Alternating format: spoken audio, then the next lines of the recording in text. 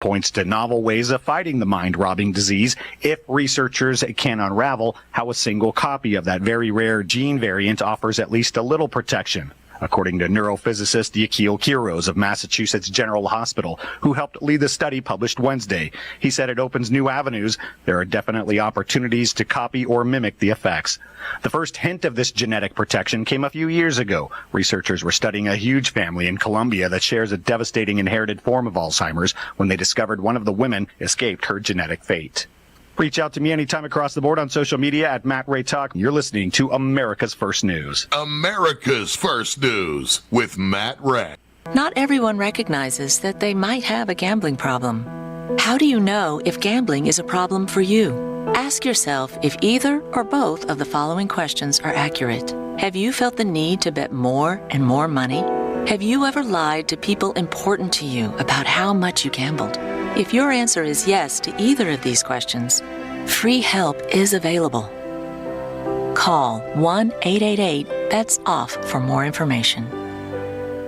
Can you imagine what it must be like to have nowhere to turn as a young teen? This happens when parents struggle with addiction, may be incarcerated, or unable to care for their child. And it's devastating. Halo is the foundation of a family for children without one, surrounding them with support, meeting their basic needs, and helping them set and reach their goals. With your support, homeless youth are given a chance at a better life. Go to haloworldwide.org today. News Talk 1560 AM, 94.1 FM, KTUI, Sullivan. It's 6 o'clock. Good morning.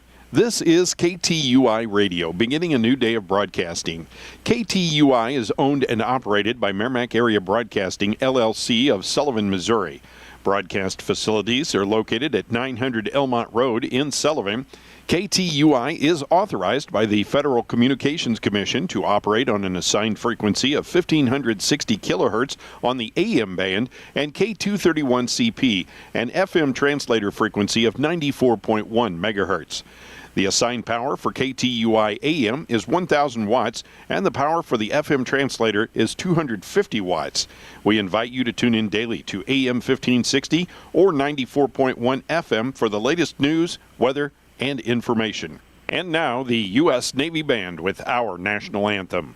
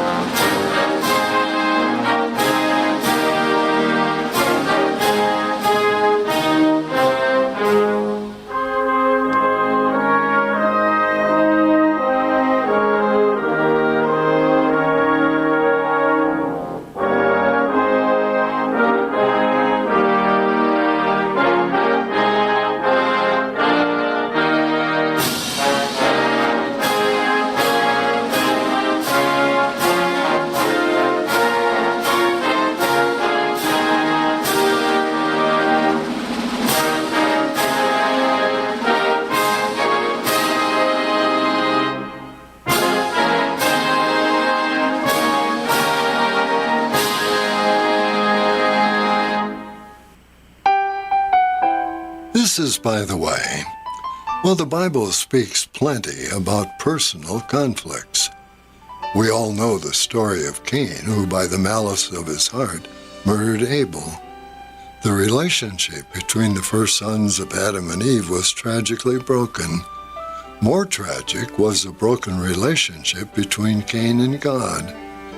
Yet we might overlook God's response to Cain and also to our own sins that might include bad feelings toward another. Even though there are consequences for our sins, it is only through God's mercy that we can begin anew in repentant joy, knowing of His forgiveness because of the sacrifice of Christ. A reassuring thought from By the Way. Good morning to you. It is 3 minutes past the hour, 6 o'clock here on this Thursday morning. I'm Sam Scott. Glad to have you along. 71 degrees here at the studios of KTUI. And waiting on my thermometer out at the airport to pop up here, but it's taking its time. Let's see. Let's go ahead and listen to the... Oh, there it is. They're saying 68 degrees out at the Sullivan Regional Airport. All right, let's go ahead and listen to our weather forecast. From the KTUI WeatherBug Weather Center, for today, sunny with a high near 92. Tonight, mostly clear with low around 68. Tomorrow, mostly sunny with a high near 93. Tomorrow night, mostly clear with low around 70. On Saturday, mostly sunny with a high near 94. Saturday night, a 30% chance of showers and thunderstorms after 1, partly cloudy with low around 72. And on Sunday, a 30% chance of showers and thunderstorms mainly after 1, mostly sunny with a high near 93. For KTUI, I'm Mark Winston. All right, thank you, Mark. And again, 71 degrees here at the studios, 68 out at Sullivan Regional Airport. And for today, sunrise was at 5:41. Sunset will be at 8:31 this evening.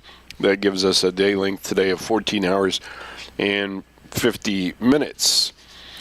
And on the 20th day of June in 1953, we got up to 103 degrees. That was our record high. Our low high for this day was in 1882. It was 66 degrees.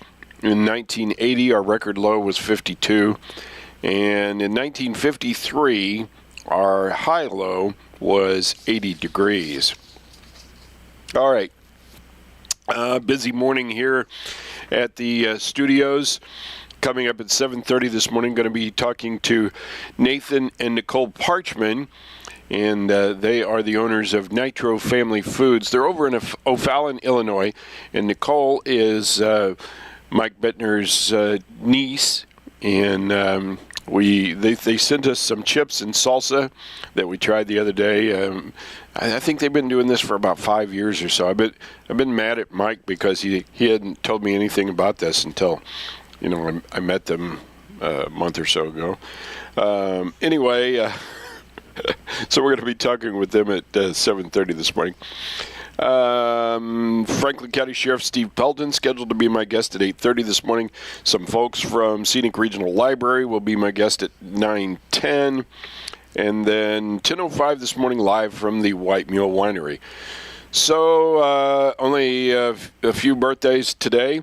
If you have a birthday or an anniversary you'd like to pass along, give me a call or send me a text message or something. You can text me at 573-677-1001 or call 468-5101. Email me, news@ktui.com. Anyway, the birthdays that I have today, the Johanning twins, Ryan and Mason, they're 34 today. And then Amy Jenkins has a birthday today. All right? Okay, that's what I've got for you so far. There are a lot of days we could celebrate today. I have to bring them up here. This is American Eagle Day. This is Ann and Samantha Day, Cuckoo Warning Day, International Surfing Day. It's National Daylight Appreciation Day, National Dump the Pump Day. I guess you have to go electric or ride a bicycle or something. National Hike with a Geek Day, National Ice Cream Soda Day, National Kun Aman Day, National Seashell Day, National Smoothie Day, National Vanilla Milkshake Day. That's actually my favorite. I like strawberry too. Chocolate's okay, but vanilla's my favorite. This is New Identity Day, Nystagmus Awareness Day, Plain Yogurt Day, Recess at Work Day, the first day of summer, the longest day, Toad Hollow Day of Thank You, World Humanist Day, World Peace and Prayer Day, World Productivity Day, World Refugee Day, and World Tapas Day. There you go. That's all the stuff you can observe or celebrate today. All right, it's 8 minutes past the hour of 6 o'clock, 71 degrees here at the studios of KTUI, 68 out at the airport, and we're going to get things going here with news from USA Radio Network. USA News, I'm Ryan Daniels. The rules for the upcoming debate between President Biden and former President Trump are now set. CNN announced Sunday both candidates have agreed to appear at a uniform podium with their positions determined by a coin flip. Microphones will be turned off during the 90-minute debate except when it is each candidate's turn to speak. There will also be no studio audience. Neither candidate can bring notes with them, but they can have one pen and a pad of paper. The debate happens June 27th in Atlanta. Negotiators are continuing to work on a peace deal between Israel and Hamas. USA's Tim Berg with the story. Talks are ongoing with mediators trying to agree to a ceasefire between Israel and Hamas. This week, Hamas responded to a proposal by President Biden, but Israel says the response was equivalent to a rejection. Connecticut Democratic Senator Jim Hines joins Fox News Sunday. We saw 8 Israeli soldiers die yesterday. This is a war that is taking a huge toll on both sides. And, you know, it's always a good idea to maintain negotiations. All across the Northeast, the National Weather Service is warning of a multiple days-long heat wave for this week, starting on Monday. They're warning everyone to keep an eye on young people and vulnerable older adults who could experience negative health impacts from the heat. And of course, they tell everyone to make sure drink plenty of water and, if possible, to limit time outdoors. Crowds cheer as Britain's Princess Kate made her first public appearance since providing an update on her cancer treatment. She was seen arriving by carriage to attend Saturday's Trooping the Colour Parade in London to mark King Charles' birthday. This is USA News. Omaha Steaks is rewriting the book on burgers with an all-new handmade texture for the juiciest home-style burgers you've ever tasted. Their pure ground burgers are made from single cuts of real aged Omaha steaks. These are truly steaks on a bun. Filet mignon, ribeye, New York strip, sirloin, and even brisket burgers.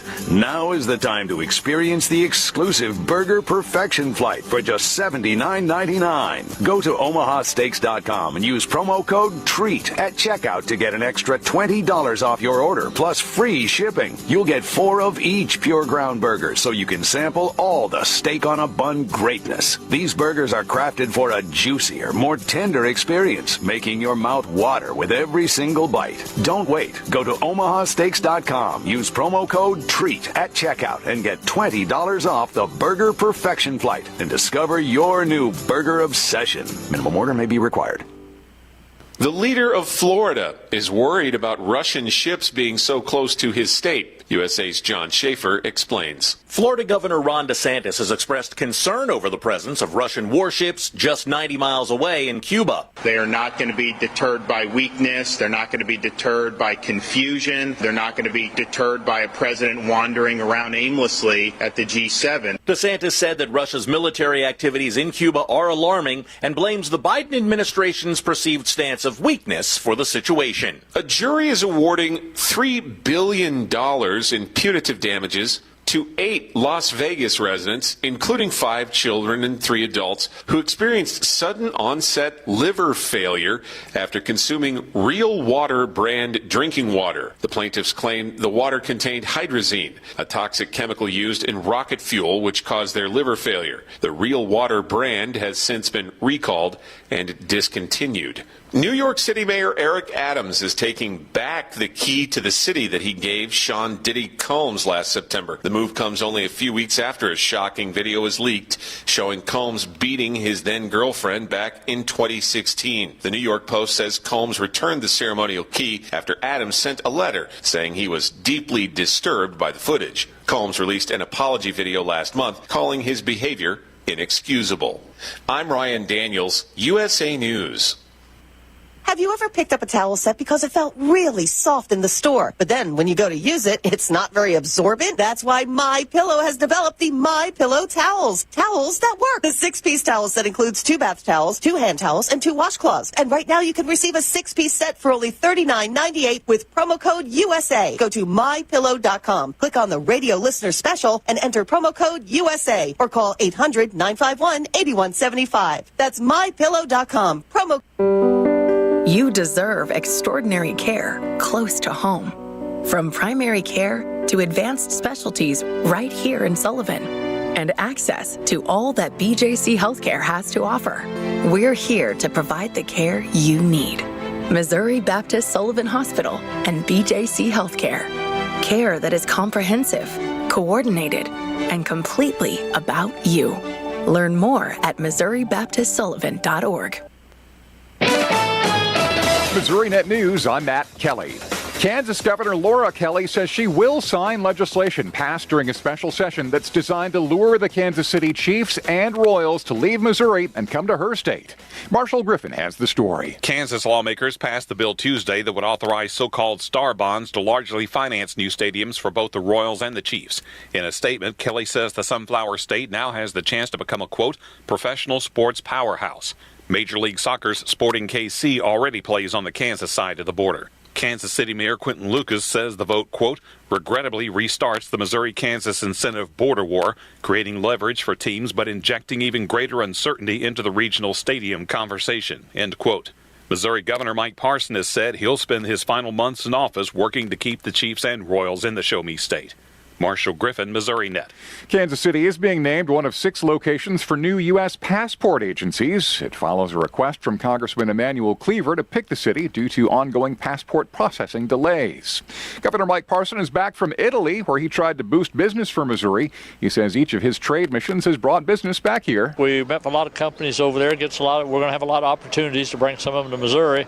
And on the ag end of it, we was talking to some producers over there, and some people would like to buy some of our products from Missouri. Parson says companies want to hear about the infrastructure and workforce development that's going on in Missouri.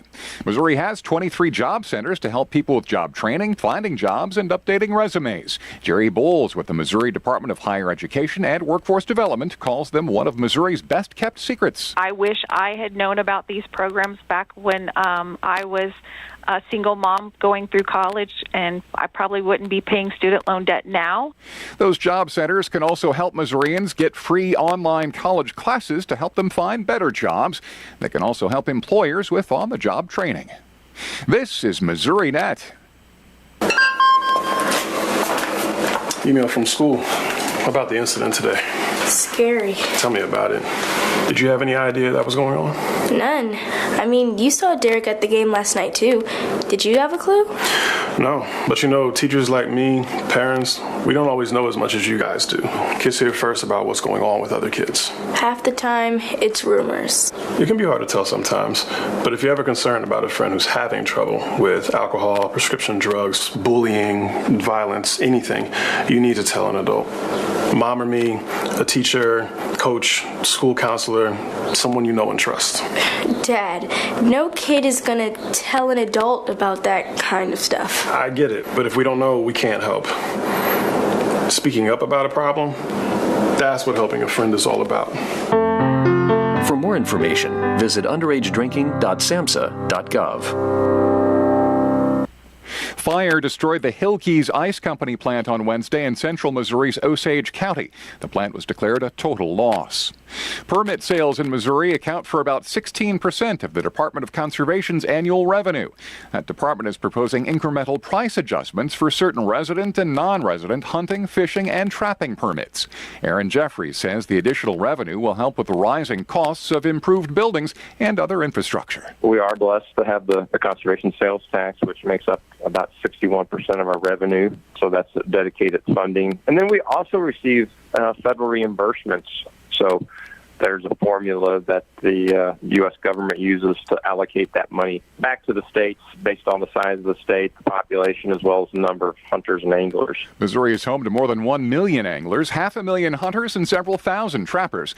A public comment period on the proposed adjustments will open on July 2nd. I'm Matt Kelly. This is Missouri Net. For the last couple years, my company, Level 9 Heating and Cooling, has been telling you that when it comes to your HVAC system, you've got a guy. I want you to know that in this area, I'm that guy. My name is Ben Pence, and I'm the Level 9 sales manager. Level 9 is committed to making sure your heating and cooling system runs at peak efficiency, both to save you money on your monthly bills and to extend the life of your system. I also want to let you know that we now offer plumbing services with a master plumber and a journeyman plumber licensed in St. Louis County, and the surrounding areas. I'm also excited to offer the preventive maintenance program for just $25 a month. We come and check your plumbing each year and your HVAC system in the spring and the fall. Preventative maintenance members also get discounts on parts and services. Level 9 Heating and Cooling is a proud premier Lennox dealer, but we service all brands. You can contact me at 636-239-3581. Remember that when it comes to heating, cooling, and now plumbing, I'm your guy.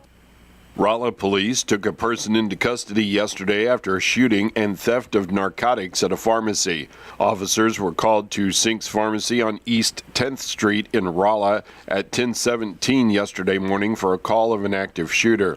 Witnesses said the man came into the pharmacy with an AR-style rifle, demanded narcotics, and then shot an employee in the leg. They said the man then left with an unknown amount of drugs. Officers heading to the scene spotted a car leaving the scene at a high rate of speed.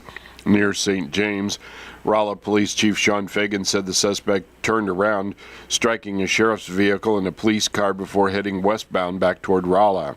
Chief Fagan said he authorized a pit maneuver to drive the vehicle off the road, and the suspect was taken into custody with neither the officer nor the suspect injured.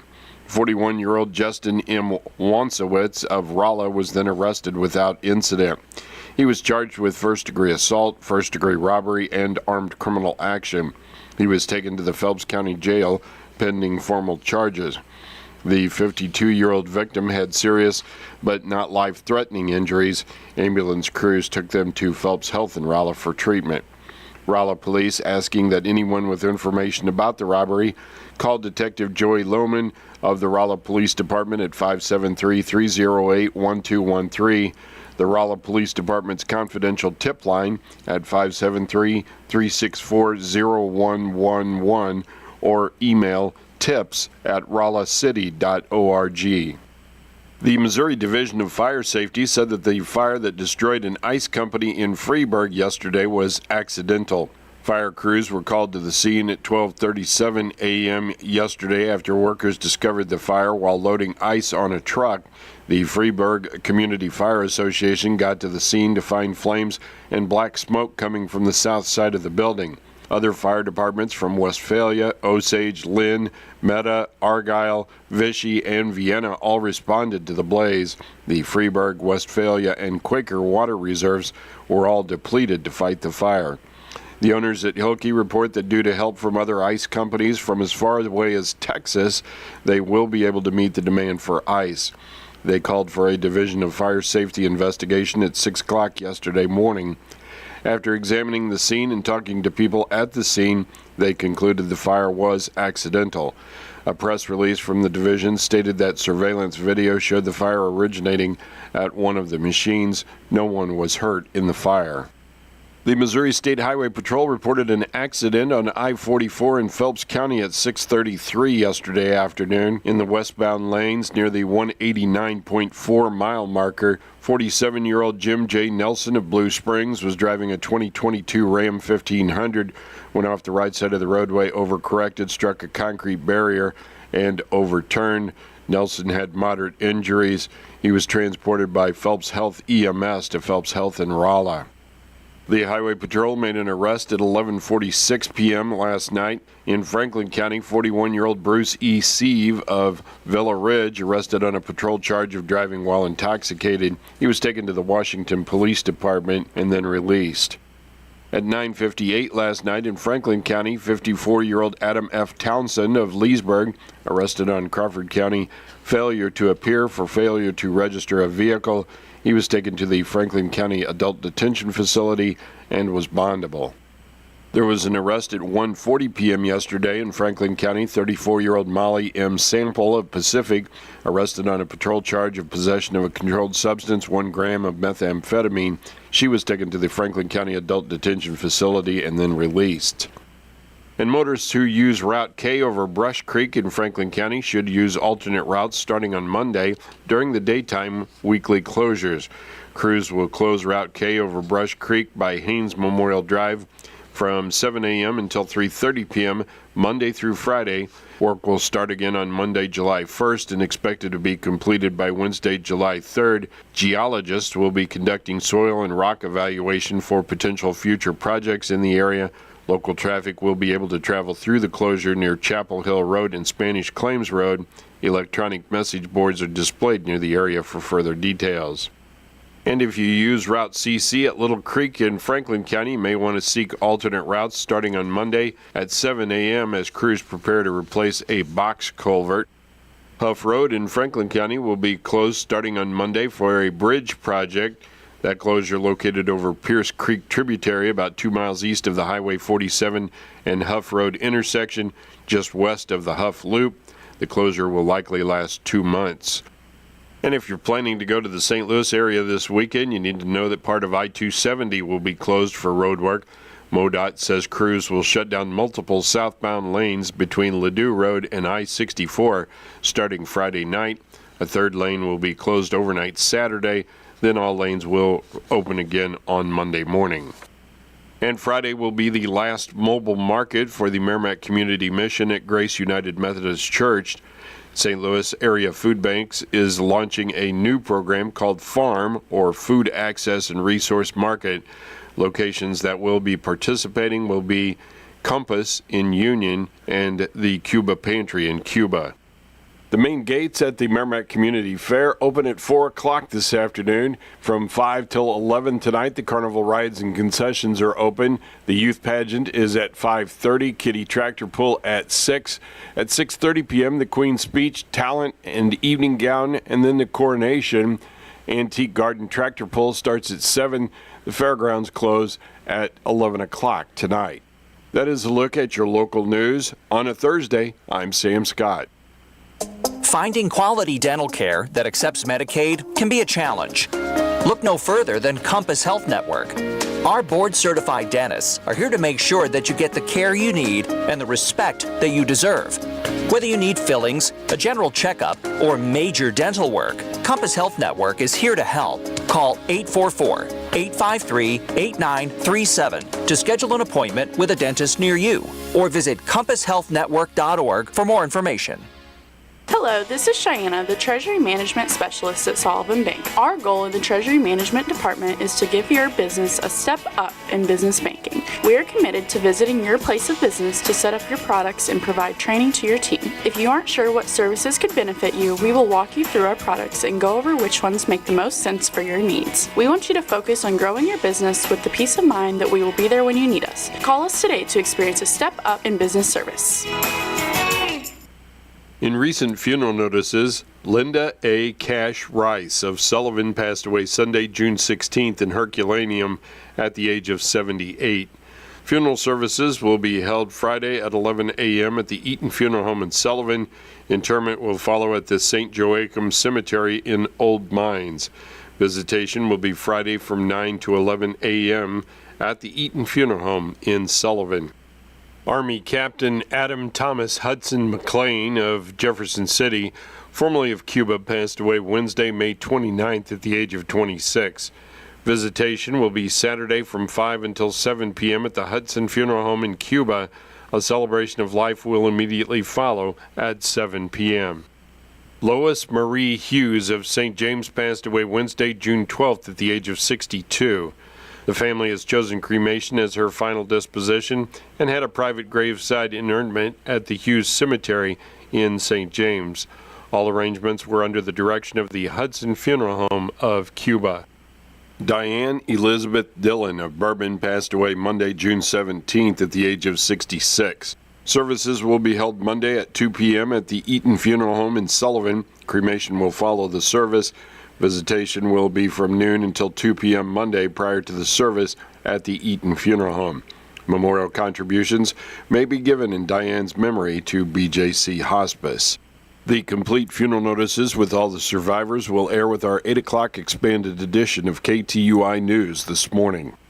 New Testament Baptist Church in Sullivan is starting a new addiction recovery ministry called Life Issues. It's a biblical approach to the 12 steps, bringing scriptural principles into personal focus and making them come alive for transformational living. Whether you struggle with addictions, food, depression, anxiety, or relationships, you'll be encouraged to see how others have found a new way of life with hope for the future through this program. Life Issues will meet weekly on Thursdays at 6:30 p.m. at New Testament Baptist Church. You're not alone. To find out more, contact New Testament Baptist Church at 573-468-3334.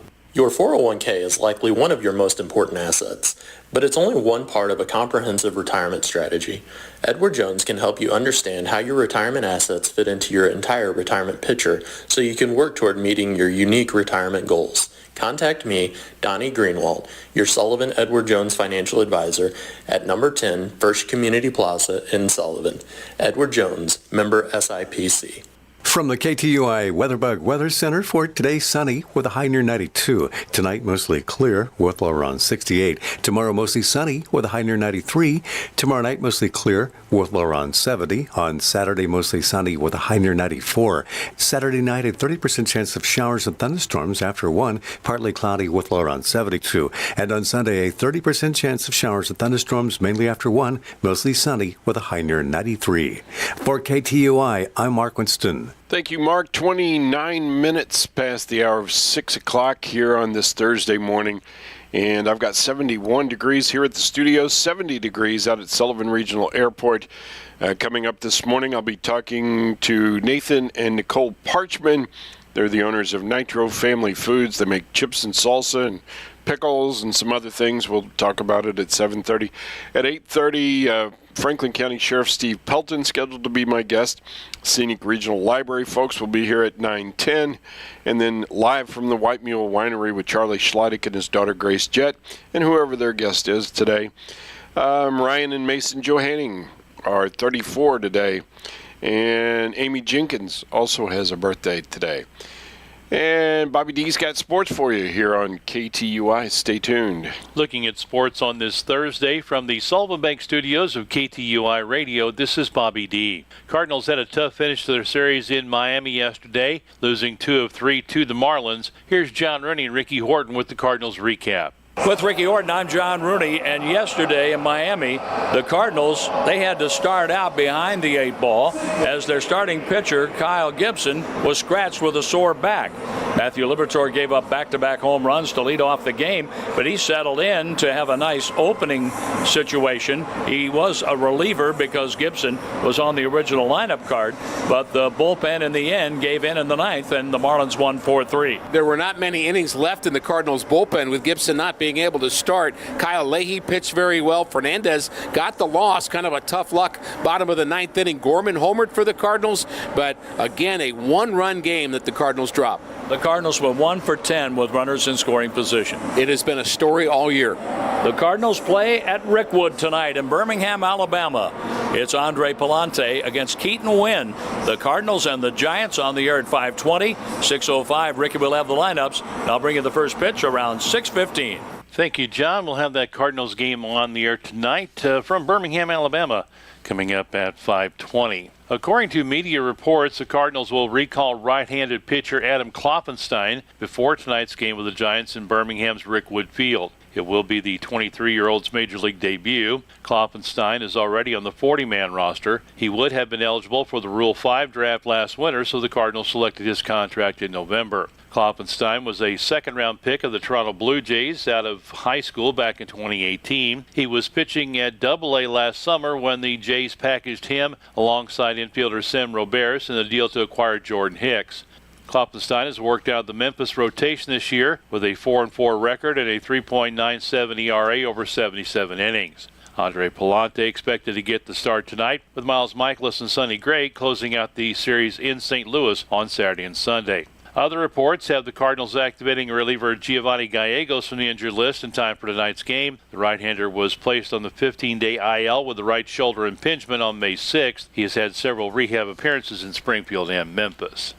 For the fourth year in a row, Missouri men's basketball will play bragging rights rival Illinois on December 22nd at Enterprise Center in St. Louis. Last year's game on the 22nd on a Friday. This year's game will be played on a Sunday. Tip-off time will be announced at a later date. It'll be the 55th meeting between Missouri and Illinois. The series, the Illini lead 34-20. Tigers lost last year's meeting 97-73.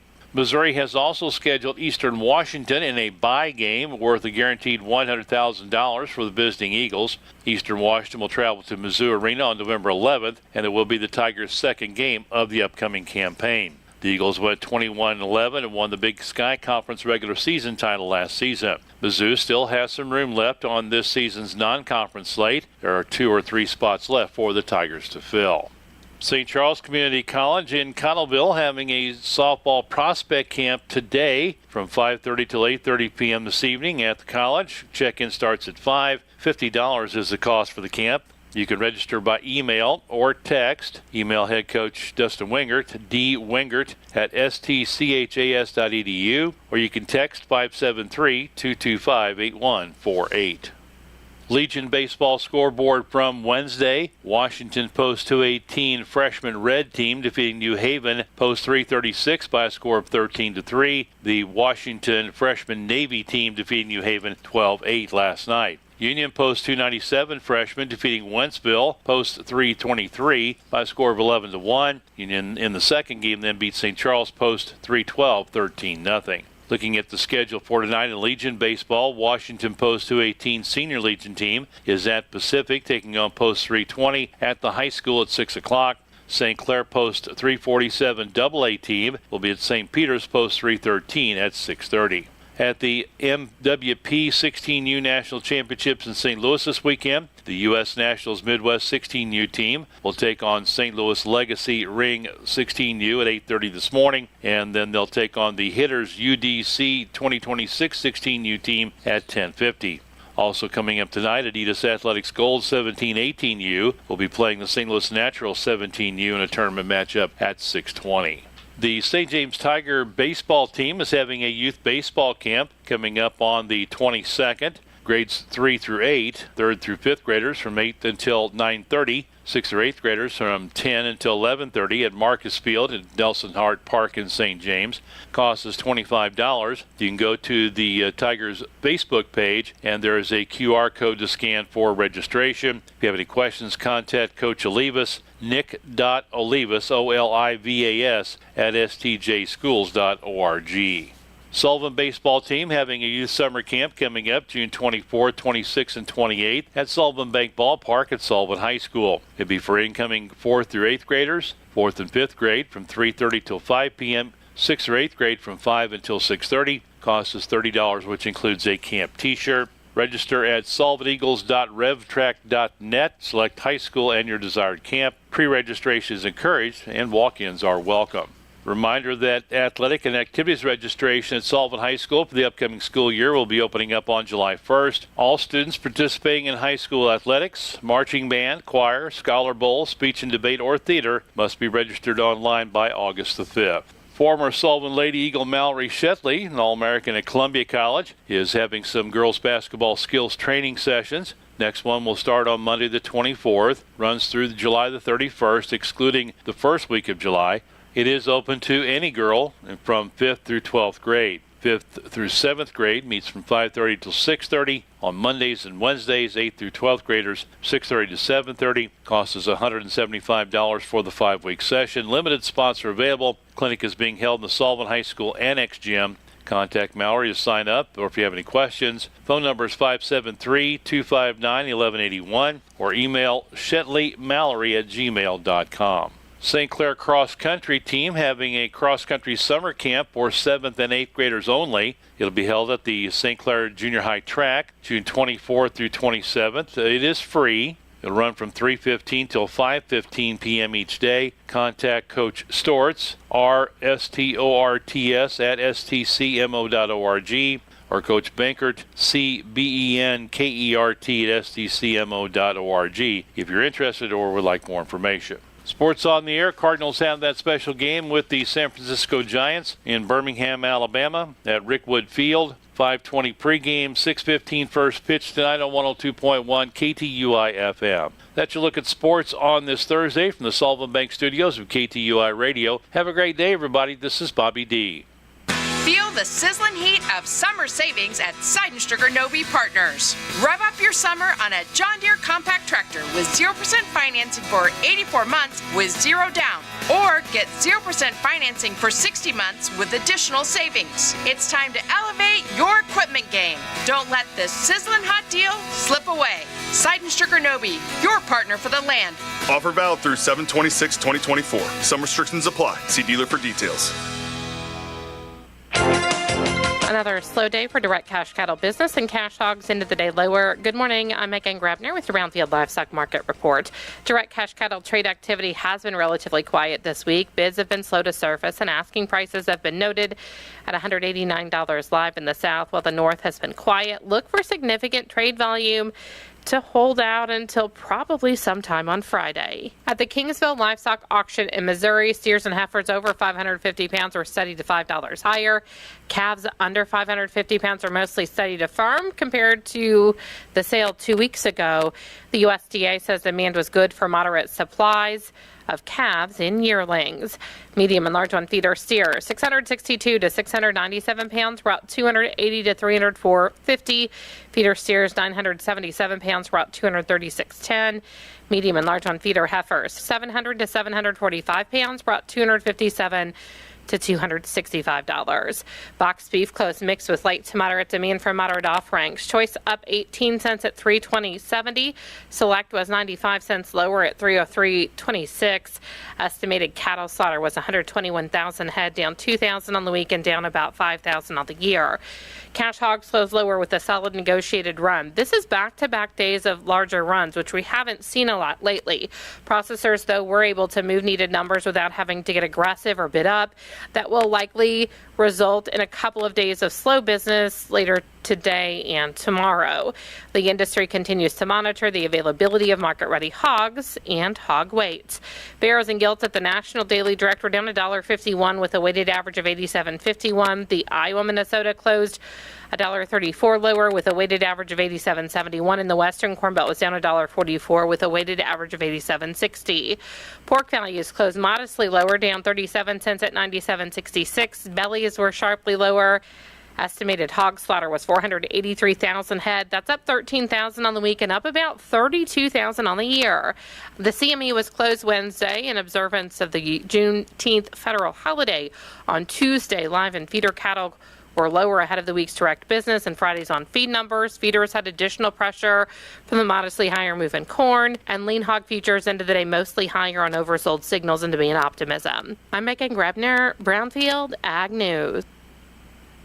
If you're looking for beneficial plants that aren't fussy, grow some wildflowers. Hi, I'm Jody Henke. Wildflowers bring you pollinators for free and improve the soil as you're living the country life. Living the country life. Ideas and inspiration for your place in the country.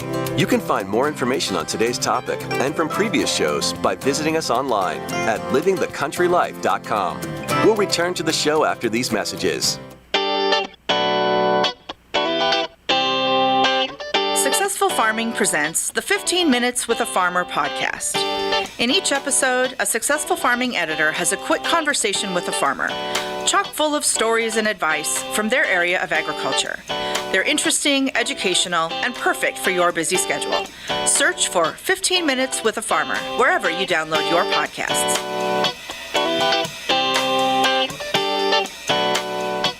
We could try to explain what it feels like to get your work done on a John Deere.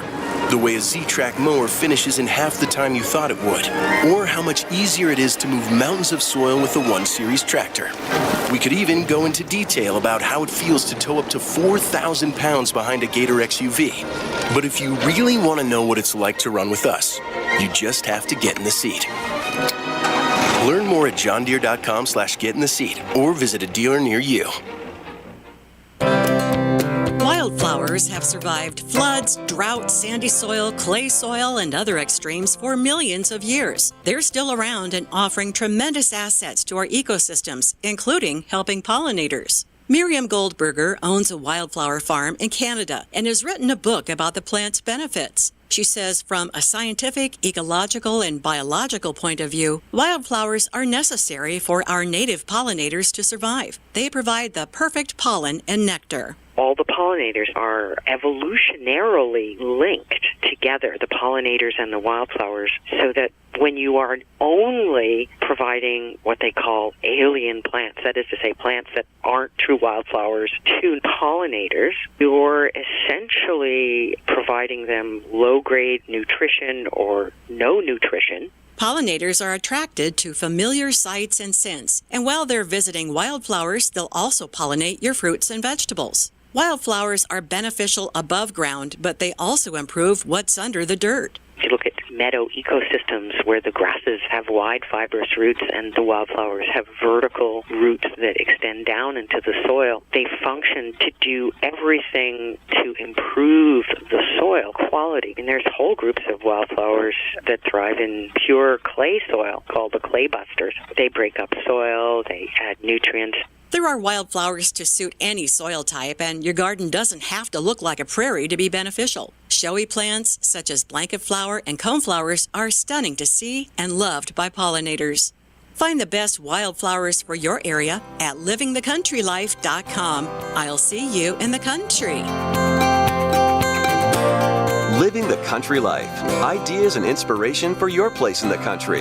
You can find more information on today's topic, share your tips, and post photos by visiting us online at livingthecountrylife.com. From the KTUI WeatherBug Weather Center for today, sunny with a high near 92. Tonight, mostly clear with low around 68. Tomorrow, mostly sunny with a high near 93. Tomorrow night, mostly clear with low around 70. On Saturday, mostly sunny with a high near 94. Saturday night, a 30% chance of showers and thunderstorms after 1. Partly cloudy with low around 72. And on Sunday, a 30% chance of showers and thunderstorms mainly after 1. Mostly sunny with a high near 93. For KTUI, I'm Mark Winston. Thanks, Mark. 71 degrees here at the studios of KTUI. It's 70 out at Sullivan Regional Airport, and it is coming up on 15 in front of 7 o'clock. Time to go out across our wide Missouri. Across our wide Missouri with Bob Pretty. Listen to show archives, hear about this day in Missouri history, and learn more about the Show Me State by visiting MissouriNet.com today. There's no telling how long he would have been a prisoner in the Spanish jail if his father hadn't thought to bring some medicine with him. That medicine would open the barred doors to this Missourian whose middle name was Ohio. And even though some promises were broken after the release, he was again a free man. The story of James Ohio Patty in a minute. Meet Ed, movie buff, animal lover, safe driver. 5 years of driving an ambulance teaches you a thing or two. If people knew what I know, lives could be saved. When I see a car trying to rush past a turning bus, I get concerned. You see, when big vehicles turn right, they have to swing wide to make the turn. And that's a lesson you don't want to learn the hard way. When trucks and buses turn, let's you and I wait. It's our roads. It's our safety. Visit www.sharetheroadsafely.gov. If you're talking, they will hear you. Every single time. Why are we getting killed like this? Kyle's not here. Got caught drinking beer in the park a couple of nights ago. Really? Yeah. 0 tolerance. He's out for the season. Harsh. Hey, he knew not to drink. We've made that clear to all of our kids, right? No, not really. Bill, if we don't tell them what we expect and why they shouldn't drink, how are they going to know? Talk. They hear you. For more information, visit underagedrinking.samhsa.gov. You try. His origins are obscure, his end is a mystery, but in between, the life of James Ohio Patty is one of grand adventure in the West. Patty came to Missouri from Kentucky about 1812 when he was 8 years old. His family established grist mill and sawmills on the Gasconade River. After his mother died, his father, Sylvester, decided to start trading up and down the Missouri. Sylvester and James headed west in the spring of 1824. It was usual practice for the Spanish government at Santa Fe to refuse to let Americans hunt and trap in that area. But when Comanches captured several women, including the daughter of a former Spanish governor, the Patties went along with the expedition to rescue them, and in gratitude, the governor gave them the right to hunt and trap in that Spanish area. Stories of the subsequent trapping trips are filled with good hunting, run-ins with bears and Indians, including one time when Patty's party came upon the remains of a white hunting party that had been killed, cooked, and partly eaten. The Indians stole their horses and much of the cache of furs. By late April, though, of 1825, the Pattys had gone to some New Mexico copper mines, and there Sylvester, the father, wound up leasing the mine for $1,000 a year. Not long after that, a party of French trappers, probably led from St. Louis by Miguel Rubidoux, came through, and James joined them. Indians attacked the group near present-day Phoenix and killed most of the white men. James and 2 other men escaped and ran into another fur-trapping party, and that group of 32 planned revenge and made an early morning attack on an Indian village, killing 110 Indians. Later, they ran into another tribe that attacked them at night. 16 arrows stuck in James, Ohio Patty's blanket. 2 pierced his shirt. The man asleep next to him was killed. But the trappers fought back, and Patty told an interviewer later, "We killed the greater part of them. We suspended those that we killed upon the trees, left their bodies to dangle in terror to the rest as a proof of how we retaliated aggression."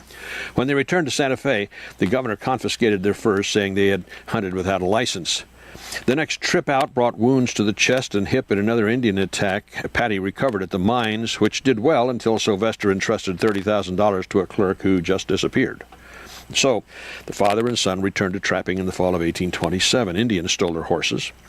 So the Pattys carved canoes and floated down the Colorado River, surviving another Indian attack on the way until they reached the Gulf of California at the end of January 1828 and were guided by friendly Indians to San Diego. The day after they arrived in San Diego, the Spanish general threw them in jail. Just over a month later, Sylvester died. But smallpox had hit California. The Spanish learned the Pattys had some vaccine, and James worked out a deal giving him freedom if he'd inoculate the residents. Patty claims he vaccinated 24,000 people. But Spanish officials refused to live up to their part of the deal and pay him in money, cattle, and land. He took his grievance to the President of Mexico, who said he couldn't do anything and suggested Patty talk to the President of the United States. En route to that meeting, robbers held up his stagecoach and took all his valuables. He arrived in New Orleans in August of 1830, went to Cincinnati, and there he found Minister Timothy Flint, a Missourian, who wrote Patty's story. Patty might have gone to college after that. We don't really know. He did go back east. He was there for several years. In 1849 and 50, he left a camp in the Sierra Nevada mountains and was never seen again. James, Ohio Patty. He and his father headed west on this date, June 20th, in 1824.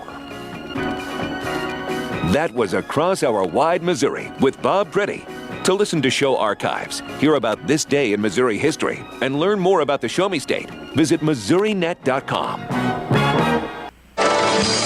There was once a time when horses and carriages ruled the roads, and in those days, before the automobile, the types, sizes, and uses of horse-drawn vehicles was quite diverse. One company in Wisconsin was an important builder of those vehicles, and when cars came along, the business closed, but what they produced is far from forgotten. The story is next on the American Countryside. I'm Tyne Morgan, host of U.S. Farm Report, the only weekend television show that features some of agriculture's biggest names. From custom commentary from John Phipps to the stories of antique iron with Machinery Pete to a list of more than 30 marketing analysts, our weekly program focuses on the topics that matter most to you. We invite you to join us each weekend for U.S. Farm Report, timely, trusted tradition.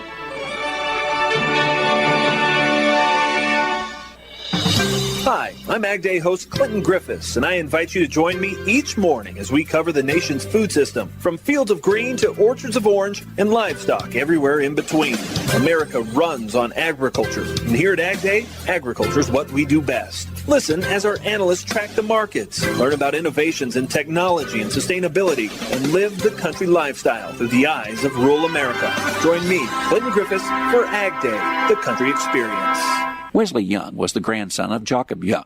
And if you know what Jacob did for a living, well, you'll know why you can find this amazing collection here in Greenbush, Wisconsin today. Jacob Young was a German immigrant who arrived in Sheboygan in 1855 and went right to work in a wagon works. And he ended up owning that and renamed it the Young Carriage Company. And that company manufactured carriages from 1855 to 1917. But as Bridget Zilke explains, that's where the story of Jacob's grandson, Wesley, comes in. He was able to be in the carriage factory when he was a young man and really enjoyed working with his father and his uncles. However, the advent of the automobile happened, and he unfortunately wasn't able to become the artisan that he had hoped to be. So Wesley was not able to build carriages as he had perhaps hoped. There was simply no longer a great need now that there were cars taking over the roads in place of horses and carriages. But Wesley truly loved his family's business, even if that business would eventually close as demand ceased. When he had some disposable income, he started purchasing and restoring the vehicles that his family, his relatives, had built. And he subsequently gifted those many carriages to the Wisconsin Historical Society so they could be displayed. A great collection of items from everyday buggies to luxurious coaches and commercial vehicles, all produced by his family. There's more than 70 vehicles on display, and they are all painstakingly restored and quite lovely. The collection is at the Wade House Historic Site.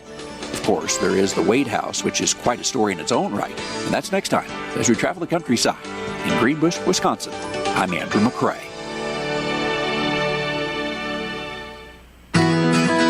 How different kinds of composting can help address waste issues. Hello, I'm Megan Grebner with Healthy Living on Brownfield. Composting can help gardeners add much-needed nutrients to the soil that benefits plants and yield.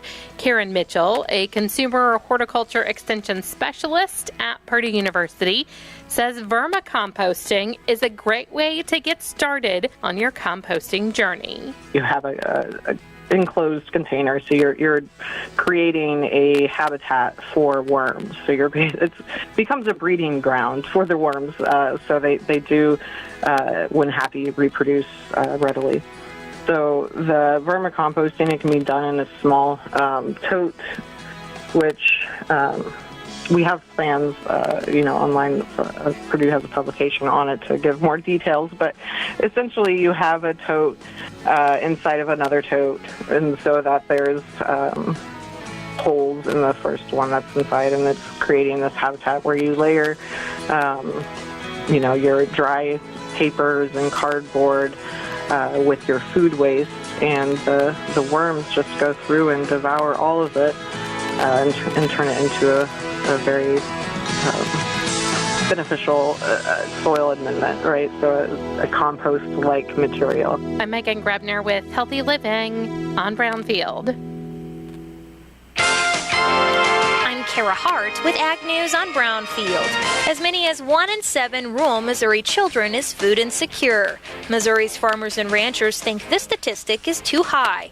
Visit mofarmerscare.com/drive to learn more. The cattle industry is looking for any signs of herd expansion. Brownfield's Megan Grebner has this report. Without the July cattle inventory report from the USDA, industry experts are taking a deeper look at the data that is provided for any indication that producers have started to retain breeding animals. University of Missouri Scott Brown says beef cow slaughter data will show signs of building, but he says the herd has shrunk significantly. Normal movement out of the herd is going to result in less cows being slaughtered already. We've got to talk about 20% reduction, I think, in some of these reports before we're going to start getting serious that maybe we're holding cows. He tells Brownfield he's watching how much tighter cattle inventory gets. Placement number will be big, and also what happens to on-feed inventory when we were below a year ago last month. I'm Megan Grebner for Brownfield. USDA's livestock slaughter report comes out this afternoon, and the cattle on feed numbers are out tomorrow. A climatologist with the National Drought Mitigation Center says drought conditions have improved greatly this spring across the Corn Belt and Delta.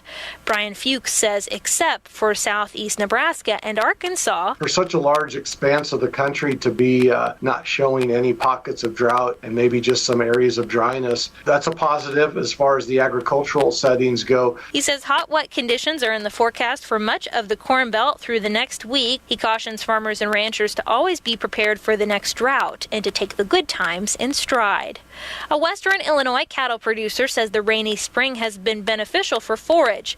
Trevor Myers of Mack Cattle Company tells Brownfield. Really, it's been a great spring in terms of forages compared to last year. We chop and bale triticale as a cover crop to feed our animals with, and it was the best tonnage we've ever had. Myers says the rains have made putting up hay a challenge, but says it's welcome after dealing with the drought conditions last year. A northeast Nebraska farmer says the wet spring has drastically improved soil conditions on his farm, but Greg Anderson says he's cautious about this year's crop despite the improvement. The rain for the month of July will really help determine corn yields, and certainly the August rain very instrumental in making a good bean.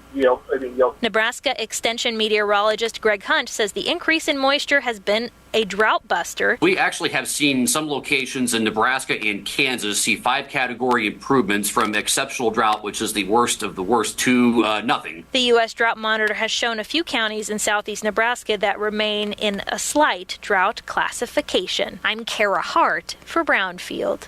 The first 3 years of every child's life are critical. Learn more about early intervention. How your baby or toddler plays, learns, talks, acts, and moves give important clues as to how they are developing. If you have any questions or concerns about whether your baby or toddler's development is on track, please call 1-800-515-BABY.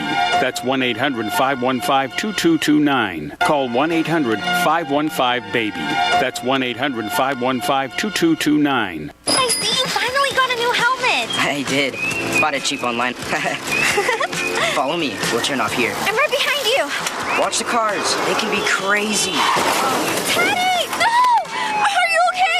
Somebody do something! Was this young man hit by a car? Yes, and his helmet is smashed. It's a brand new helmet. It's probably a fake. Fakes cause real harm. You're smart. Buy smart. Brought to you by the National Crime Prevention Council and the U.S. Patent and Trademark Office. United States Deputy Sheriff's Association is a national nonprofit and America's largest non-governmental provider of services to law enforcement. USDSA assists city, county, state, and federal law enforcement agencies through our many varied programs, including free safety equipment donations, free officer survival training, cash donations, and condolence letters to the family of law enforcement officers who perish in the line of duty.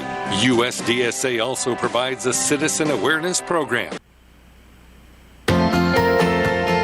One of the things that we have done with our kids is at night we will pray with them before they go to bed, and we are intentional about praying certain themes. Dr. John Marriott on Focus on the Family Minute, offering practical ways to help your kids grow in their walk of faith. So that they hear us repeatedly pray.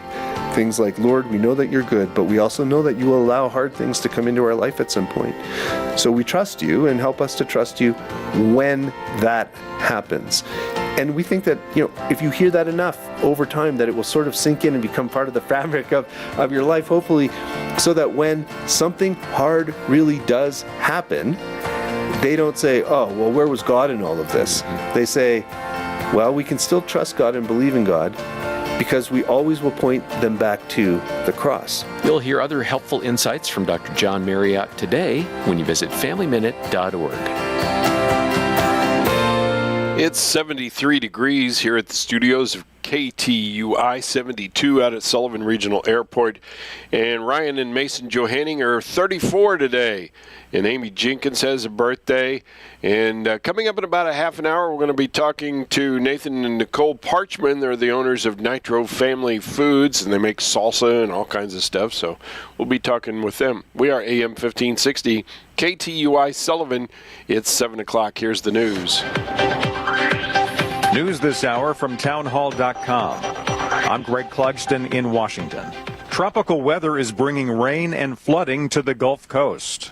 Tropical storm Alberto, the first named storm of the season, is rumbling toward northeast Mexico, carrying heavy rains to a drought-stricken region, but also the threat of mudslides at higher elevations. The National Hurricane Center discontinued its tropical storm warning in Texas, but it remains in effect south of the mouth of the Rio Grande to Tecolutla, Mexico. In Corpus Christi, Texas, water lapped at the base of the city's art museum, and in Galveston, residents were waiting to check on flooded cars. About 2 feet deep here. Storm surge and swells were affecting the western Gulf Coast. Sustained winds of 50 miles an hour are expected to dissipate as Alberto heads inland. I'm Jennifer King. It's shaping up to be another day of excessive heat in the Midwest, Mid-Atlantic, and Northeast. More than a dozen states are under heat advisories as this week's heat wave has set new temperature records. Also, there's still no declared winner in a Virginia GOP primary race involving conservative Congressman Bob Good.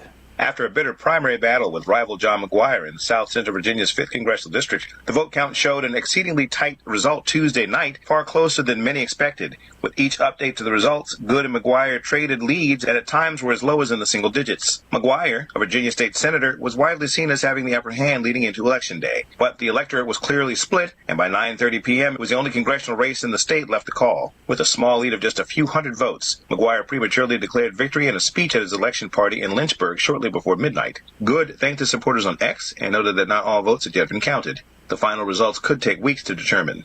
Bernie Bennett reporting. Louisiana's governor has signed a bill that requires the posting of the 10 Commandments in all state classrooms starting next year.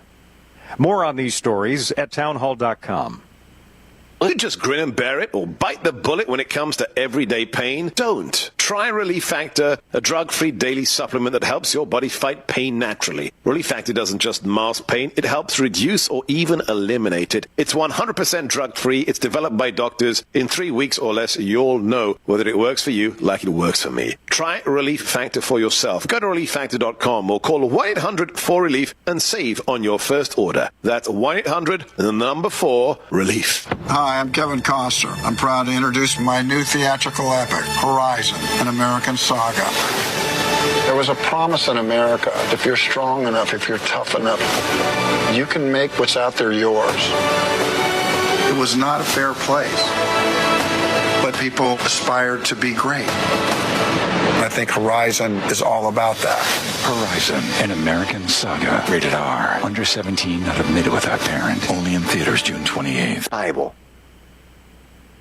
Leaders of Vietnam and Russia are boosting ties during Vladimir Putin's visit. Mr. Putin is a welcome guest in Vietnam. Remember, Vietnam is a key customer for Russian arms. And so this has become a point of sensitivity, I think, given the war in Ukraine right now. Vietnam is trying to tread a fine balance between its growing relationship with the United States, with China, with Europe.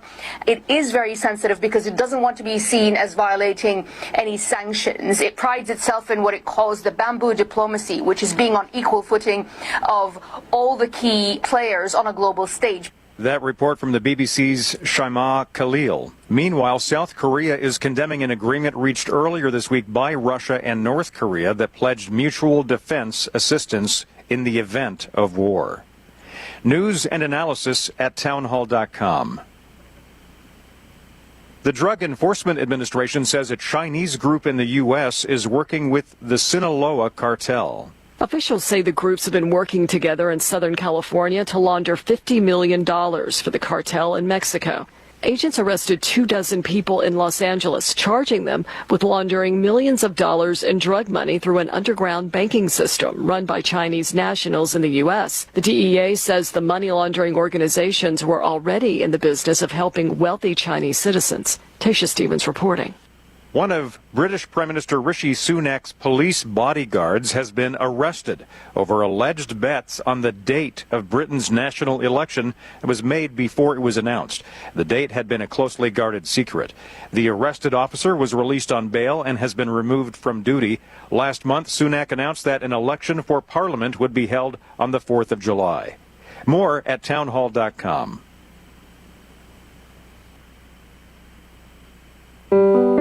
You deserve extraordinary care close to home. From primary care to advanced specialties right here in Sullivan. And access to all that BJC Healthcare has to offer. We're here to provide the care you need. Missouri Baptist Sullivan Hospital and BJC Healthcare. Care that is comprehensive, coordinated, and completely about you. Learn more at MissouriBaptistSullivan.org. Missouri Net News, I'm Matt Kelly. Governor Mike Parson says he'll spend his final months in office working to keep the Kansas City Chiefs and Royals in Missouri. The governor of Kansas, Laura Kelly, says she will sign a bill passed Tuesday during a special session that's designed to lure both teams to her state with so-called star bonds that would largely pay for building each team a new stadium. If you've tried to renew your passport lately or have applied online for the first time, you know it can take several weeks, even months. Now Kansas City is being named one of 6 locations for new passport agencies, as Anthony Morabith reports. The news comes following a request from Congressman Emanuel Cleaver to select the city following ongoing processing delays.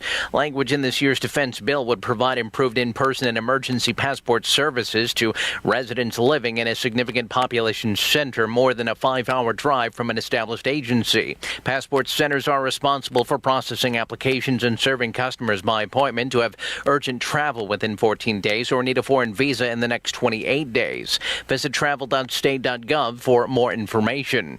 Anthony Morabith, MissouriNet. A new study from the University of Missouri looks at COVID-19 and vaccines. Researchers found that people in communities that had positive vaccination experiences were more likely to get other vaccines, including shots for HPV, shingles, and flu. Missouri has job centers on several college campuses to help students transition to the real world. Jerry Bowles with the Missouri Department of Higher Education and Workforce Development says the state's 23 job centers offer the human touch that she says online job searches can't. If we have a customer come in and maybe it's a hard placement and they need someone to advocate for them, we have a business services team that goes out and meets with the employers and they can promote a person. There's a new job center at the Truman Building in Jefferson City. This is MissouriNet. All the talks we've had over the years, including what you've told me about not using alcohol and other drugs, they stick with me. And believe it or not, they really do make a difference, especially at times that matter most. Hey, want a drink? No thanks, I'm good. So thank you, Dad, for talking and preparing me for what's ahead. Thank you for talking. For more information about talking with your kids about underage use of alcohol and other drugs, visit underagedrinking.samhsa.gov. Hi, it's Tori DeVito. In every family, small conversations can make a big impact, like when my dad shared his experiences as an alcoholic. Your honesty about that part of your life gave me a sense of integrity that I wanted to uphold in my own life. I wanted you to know from someone who's been in recovery more than 30 years now that hard work is what creates success, not alcohol or other drugs. I said it a lot, and I'm glad you took it to heart. Talk. They hear you. For more information, visit underagedrinking.samhsa.gov. More than 200 mayors from across the country are converging on Kansas City for the 92nd Annual U.S. Conference of Mayors. The event starts today and runs through Sunday. Mayors will discuss possible solutions to community issues, including gun violence, homelessness, mental health, and the opioid crisis. They'll also address priorities for the next administration before the November election. Officials with the Missouri Department of Conservation are proposing price adjustments for some hunters, anglers, and trappers in the Show Me State. Aaron Jeffries, the department's deputy director, says most of the price increases are incremental changes, primarily to non-resident permits. The cost of doing business, whether it's for our family or for the Department of Conservation, has continued to go up. We have some significant infrastructure projects, some major hatcheries, as well as work going on in our nature centers. Permits for migratory bird hunting, trout fishing, and daily fishing would slightly increase for both residents and non-residents. You're listening to MissouriNet. Hello, this is Cheyenne, the Treasury Management Specialist at Sullivan Bank. Our goal in the Treasury Management Department is to give your business a step up in business banking. We are committed to visiting your place of business to set up your products and provide training to your team. If you aren't sure what services could benefit you, we will walk you through our products and go over which ones make the most sense for your needs. We want you to focus on growing your business with the peace of mind that we will be there when you need us. Call us today to experience a step up in business service. If you or a loved one receive Medicaid benefits, we want to be your provider of choice. Compass Health Network can help with a variety of healthcare needs, including mental health, primary care, pediatrics, and dental services. We can also help if a family member is having a mental health crisis. Visit our website, compasshealthnetwork.org, to find a location in your area. You deserve the best care available, and we are here for you. Compass Health Network, 844-853-8937. Rolla police took a person into custody yesterday after a shooting and theft of narcotics at a pharmacy. Officers were called to Sink's Pharmacy on East 10th Street in Rolla at 10:17 yesterday morning for a call of an active shooter. Witnesses said the man came into the pharmacy with an AR-style rifle, demanded narcotics, and then shot an employee in the leg. They said the man then left with an unknown amount of drugs. Officers heading to the scene spotted a car leaving the scene at a high rate of speed. Near St. James, Rolla Police Chief Sean Fagan said the suspect turned around, striking a sheriff's vehicle and a police car before heading westbound back toward Rolla. Chief Fagan said he authorized a pit maneuver to drive the vehicle off the road, and the suspect was taken into custody with neither the officer nor the suspect injured. 41-year-old Justin M. Wansowitz of Rolla was then arrested without incident. He was charged with first-degree assault, first-degree robbery, and armed criminal action. He was taken to the Phelps County Jail pending formal charges. The 52-year-old victim had serious but not life-threatening injuries. Ambulance crews took them to Phelps Health in Rolla for treatment. Rolla police asking that anyone with information about the robbery call Detective Joey Lohman of the Rolla Police Department at 573-308-1213, the Rolla Police Department's confidential tip line at 573-364-0111, or email tips@rollacity.org. The Missouri Division of Fire Safety said that the fire that destroyed an ice company in Freeburg yesterday was accidental. Fire crews were called to the scene at 12:37 a.m. yesterday after workers discovered the fire while loading ice on a truck. The Freeburg Community Fire Association got to the scene to find flames and black smoke coming from the south side of the building. Other fire departments from Westphalia, Osage, Lynn, Meta, Argyle, Vichy, and Vienna all responded to the blaze. The Freeburg, Westphalia, and Quaker water reserves were all depleted to fight the fire. The owners at Hilke report that due to help from other ice companies from as far away as Texas, they will be able to meet the demand for ice.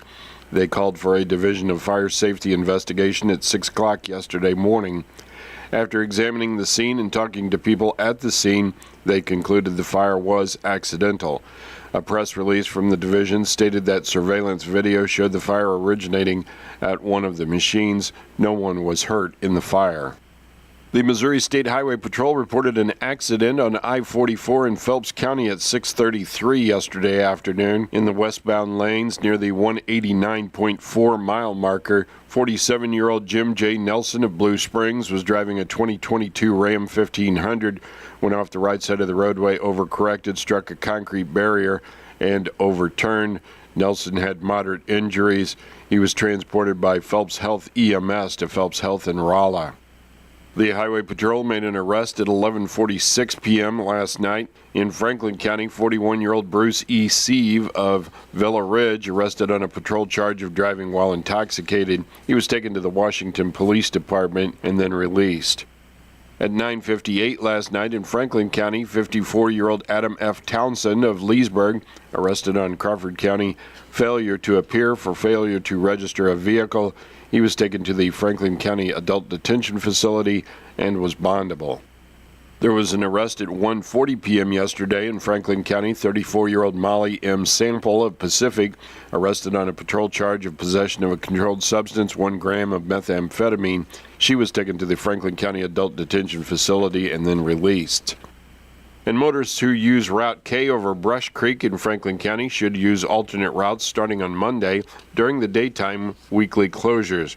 Crews will close Route K over Brush Creek by Haynes Memorial Drive from 7 a.m. until 3:30 p.m. Monday through Friday. Work will start again on Monday, July 1st, and expected to be completed by Wednesday, July 3rd. Geologists will be conducting soil and rock evaluation for potential future projects in the area. Local traffic will be able to travel through the closure near Chapel Hill Road and Spanish Claims Road. Electronic message boards are displayed near the area for further details. And if you use Route CC at Little Creek in Franklin County, you may want to seek alternate routes starting on Monday at 7 a.m. as crews prepare to replace a box culvert. Huff Road in Franklin County will be closed starting on Monday for a bridge project. That closure located over Pierce Creek tributary about 2 miles east of the Highway 47 and Huff Road intersection, just west of the Huff Loop. The closure will likely last 2 months. And if you're planning to go to the St. Louis area this weekend, you need to know that part of I-270 will be closed for road work. MoDOT says crews will shut down multiple southbound lanes between Ladue Road and I-64 starting Friday night. A third lane will be closed overnight Saturday. Then all lanes will open again on Monday morning.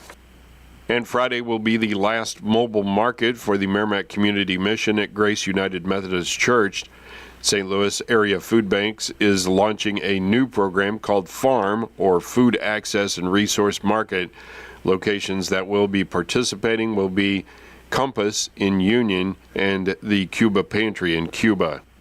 The main gates at the Merrimack Community Fair open at 4 o'clock this afternoon. From 5 till 11 tonight, the carnival rides and concessions are open. The youth pageant is at 5:30, Kitty Tractor Pull at 6. At 6:30 p.m., the Queen's Speech, Talent, and Evening Gown, and then the coronation.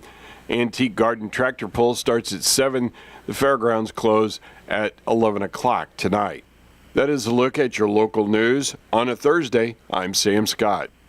New Testament Baptist Church in Sullivan is starting a new addiction recovery ministry called Life Issues. It's a biblical approach to the 12 steps, bringing scriptural principles into personal focus and making them come alive for transformational living. Whether you struggle with addictions, food, depression, anxiety, or relationships, you'll be encouraged to see how others have found a new way of life with hope for the future through this program. Life Issues will meet weekly on Thursdays at 6:30 p.m. at New Testament Baptist Church. You're not alone. To find out more, contact New Testament Baptist Church at 573-468-3334. Feel the sizzling heat of summer savings at Seidenstricker Nobe Partners. Rev up your summer on a John Deere compact tractor with 0% financing for 84 months with zero down. Or get 0% financing for 60 months with additional savings. It's time to elevate your equipment game. Don't let this sizzling hot deal slip away. Seidenstricker Nobe, your partner for the land. Offer valid through 7/26/2024. Some restrictions apply. See dealer for details. In recent funeral notices, Linda A. Cash Rice of Sullivan passed away Sunday, June 16th in Herculaneum at the age of 78. Funeral services will be held Friday at 11 a.m. at the Eaton Funeral Home in Sullivan. Interment will follow at the St. Joachim Cemetery in Old Mines. Visitation will be Friday from 9 to 11 a.m. at the Eaton Funeral Home in Sullivan.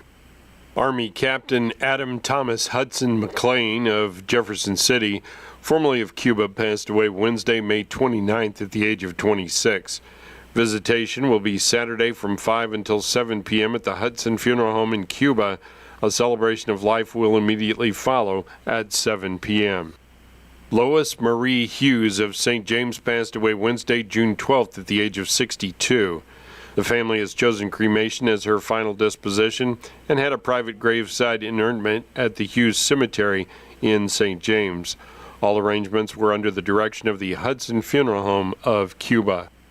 Diane Elizabeth Dillon of Bourbon passed away Monday, June 17th at the age of 66. Services will be held Monday at 2 p.m. at the Eaton Funeral Home in Sullivan. Cremation will follow the service.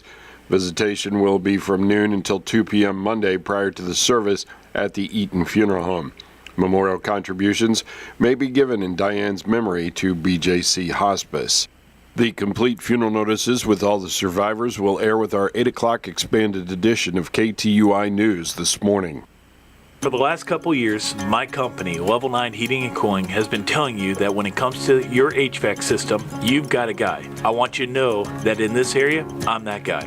My name is Ben Pence, and I'm the Level 9 Sales Manager. Level 9 is committed to making sure your heating and cooling system runs at peak efficiency, both to save you money on your monthly bills and to extend the life of your system. I also want to let you know that we now offer plumbing services with a master plumber and a journeyman plumber licensed in St. Louis County, and the surrounding areas. I'm also excited to offer the preventive maintenance program for just $25 a month. We come and check your plumbing each year and your HVAC system in the spring and the fall.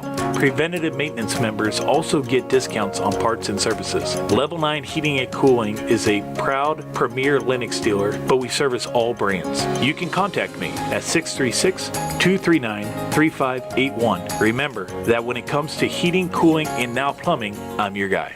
From the KTUI WeatherBug Weather Center for today, sunny with a high near 92. Tonight, mostly clear with low around 68. Tomorrow, mostly sunny with a high near 93. Tomorrow night, mostly clear with low around 70. On Saturday, mostly sunny with a high near 94. Saturday night, a 30% chance of showers and thunderstorms after 1, partly cloudy with low around 72. And on Sunday, a 30% chance of showers and thunderstorms mainly after 1, mostly sunny with a high near 93. For KTUI, I'm Mark Winston. Thank you, Mark. 21 minutes past the hour of 7 o'clock here on a Thursday morning. It's 75 already outside, and, this is the first day of summer. 73 at the Sullivan Regional Airport. Coming up in just a few minutes, going to be talking with Nathan and Nicole Parchman, owners of Nitro Family Foods and relatives of Mike Bittner's. They make chips and salsa, among other things. So that's coming up. The Franklin County Sheriff Steve Pelton will be my guest at 8:30. Some folks from Scenic Regional Library at 9:10, and then 10:05 live from the White Mule Winery. The Johanning twins, Ryan and Mason, are 34 today, and Amy Jenkins has a birthday as well. Bobby D's got some sports coming up for you right after you hear this. Your 401k is likely one of your most important assets, but it's only one part of a comprehensive retirement strategy. Edward Jones can help you understand how your retirement assets fit into your entire retirement picture so you can work toward meeting your unique retirement goals. Contact me, Donnie Greenwald, your Sullivan Edward Jones financial advisor at number 10 First Community Plaza in Sullivan. Edward Jones, member SIPC. Looking at sports on this Thursday from the Sullivan Bank studios of KTUI Radio, this is Bobby D. Cardinals had a tough finish to their series in Miami yesterday, losing 2 of 3 to the Marlins. Here's John Rooney and Ricky Horton with the Cardinals recap. With Ricky Horton, I'm John Rooney, and yesterday in Miami, the Cardinals, they had to start out behind the 8 ball as their starting pitcher, Kyle Gibson, was scratched with a sore back. Matthew Liberatore gave up back-to-back home runs to lead off the game, but he settled in to have a nice opening situation. He was a reliever because Gibson was on the original lineup card, but the bullpen in the end gave in the 9th, and the Marlins won 4-3. There were not many innings left in the Cardinals bullpen with Gibson not being able to start. Kyle Leahy pitched very well. Fernandez got the loss, kind of a tough luck bottom of the 9th inning. Gorman homered for the Cardinals, but again, a one-run game that the Cardinals dropped. The Cardinals were 1 for 10 with runners in scoring position. It has been a story all year. The Cardinals play at Rickwood tonight in Birmingham, Alabama. It's Andre Palante against Keaton Wynn. The Cardinals and the Giants on the air at 5:20. 6:05, Ricky will have the lineups. I'll bring you the first pitch around 6:15. Thank you, John. We'll have that Cardinals game on the air tonight from Birmingham, Alabama, coming up at 5:20. According to media reports, the Cardinals will recall right-handed pitcher Adam Klopfenstein before tonight's game with the Giants in Birmingham's Rickwood Field. It will be the 23-year-old's major league debut. Klopfenstein is already on the 40-man roster. He would have been eligible for the Rule 5 draft last winter, so the Cardinals selected his contract in November. Klopfenstein was a second-round pick of the Toronto Blue Jays out of high school back in 2018. He was pitching at Double-A last summer when the Jays packaged him alongside infielder Sam Roberts in the deal to acquire Jordan Hicks. Klopfenstein has worked out the Memphis rotation this year with a 4-4 record and a 3.97 ERA over 77 innings. Andre Palante expected to get the start tonight, with Miles Michaelis and Sonny Gray closing out the series in St. Louis on Saturday and Sunday. Other reports have the Cardinals activating reliever Giovanni Gallegos from the injured list in time for tonight's game. The right-hander was placed on the 15-day IL with the right shoulder impingement on May 6th. He has had several rehab appearances in Springfield and Memphis. For the 4th year in a row, Missouri men's basketball will play bragging rights rival Illinois on December 22nd at Enterprise Center in St. Louis. Last year's game on the 22nd on a Friday. This year's game will be played on a Sunday. Tip-off time will be announced at a later date. It'll be the 55th meeting between Missouri and Illinois. The series, the Illini lead 34-20. Tigers lost last year's meeting 97-73. Missouri has also scheduled Eastern Washington in a bye game worth a guaranteed $100,000 for the visiting Eagles. Eastern Washington will travel to Mizzou Arena on November 11th, and it will be the Tigers' second game of the upcoming campaign. The Eagles went 21-11 and won the Big Sky Conference regular season title last season. Mizzou still has some room left on this season's non-conference slate. There are 2 or 3 spots left for the Tigers to fill. St. Charles Community College in Cottleville having a softball prospect camp today from 5:30 till 8:30 p.m. this evening at the college. Check-in starts at $5. $50 is the cost for the camp. You can register by email or text. Email head coach Dustin Wingert, dwingert@stchas.edu, or you can text 573-225-8148. Legion baseball scoreboard from Wednesday. Washington Post 218 freshman red team defeating New Haven Post 336 by a score of 13-3. The Washington freshman Navy team defeating New Haven 12-8 last night. Union Post 297 freshman defeating Wentzville Post 323 by a score of 11-1. Union in the second game then beat St. Charles Post 312 13-0. Looking at the schedule for tonight in Legion baseball, Washington Post 218 senior Legion team is at Pacific taking on Post 320 at the high school at 6 o'clock. St. Clair Post 347 AA team will be at St. Peter's Post 313 at 6:30. At the MWP 16U National Championships in St. Louis this weekend, the U.S. Nationals Midwest 16U team will take on St. Louis Legacy Ring 16U at 8:30 this morning, and then they'll take on the Hitters UDC 2026 16U team at 10:50. Also coming up tonight, Adidas Athletics Gold 17-18U will be playing the St. Louis Natural 17U in a tournament matchup at 6:20. The St. James Tiger baseball team is having a youth baseball camp coming up on the 22nd. Grades 3 through 8, 3rd through 5th graders from 8 until 9:30. 6th or 8th graders from 10 until 11:30 at Marcus Field at Nelson Hart Park in St. James. Cost is $25. You can go to the Tigers Facebook page, and there is a QR code to scan for registration. If you have any questions, contact Coach Olivas, nick.olivas, O-L-I-V-A-S, at stjschools.org. Sullivan baseball team having a youth summer camp coming up June 24th, 26th, and 28th at Sullivan Bank Ballpark at Sullivan High School. It'll be for incoming 4th through 8th graders, 4th and 5th grade from 3:30 till 5 p.m., 6th or 8th grade from 5 until 6:30. Cost is $30, which includes a camp t-shirt. Register at sullivaneagles.revtrack.net. Select high school and your desired camp. Pre-registration is encouraged and walk-ins are welcome. Reminder that athletic and activities registration at Sullivan High School for the upcoming school year will be opening up on July 1st. All students participating in high school athletics, marching band, choir, scholar bowl, speech and debate, or theater must be registered online by August the 5th. Former Sullivan Lady Eagle Mallory Shetley, an All-American at Columbia College, is having some girls basketball skills training sessions. Next one will start on Monday the 24th, runs through July the 31st, excluding the first week of July. It is open to any girl from 5th through 12th grade. 5th through 7th grade meets from 5:30 till 6:30 on Mondays and Wednesdays. 8th through 12th graders, 6:30 to 7:30. Cost is $175 for the 5-week session. Limited spots are available. Clinic is being held in the Sullivan High School Annex Gym. Contact Mallory to sign up, or if you have any questions, phone number is 573-259-1181, or email shetleymallory@gmail.com. St. Clair Cross Country team having a cross country summer camp for 7th and 8th graders only. It'll be held at the St. Clair Junior High track June 24th through 27th. It is free. It'll run from 3:15 till 5:15 p.m. each day. Contact Coach Storts, RSTORTS, at stcmo.org, or Coach Benkert, CBENKERT, at stcmo.org, if you're interested or would like more information. Sports on the air. Cardinals have that special game with the San Francisco Giants in Birmingham, Alabama at Rickwood Field. 5:20 pregame, 6:15 first pitch tonight on 102.1 KTUI FM. That's your look at sports on this Thursday from the Sullivan Bank Studios of KTUI Radio. Have a great day, everybody. This is Bobby D. Thank you, Bobby. It is 7:30 here at the studios of KTUI.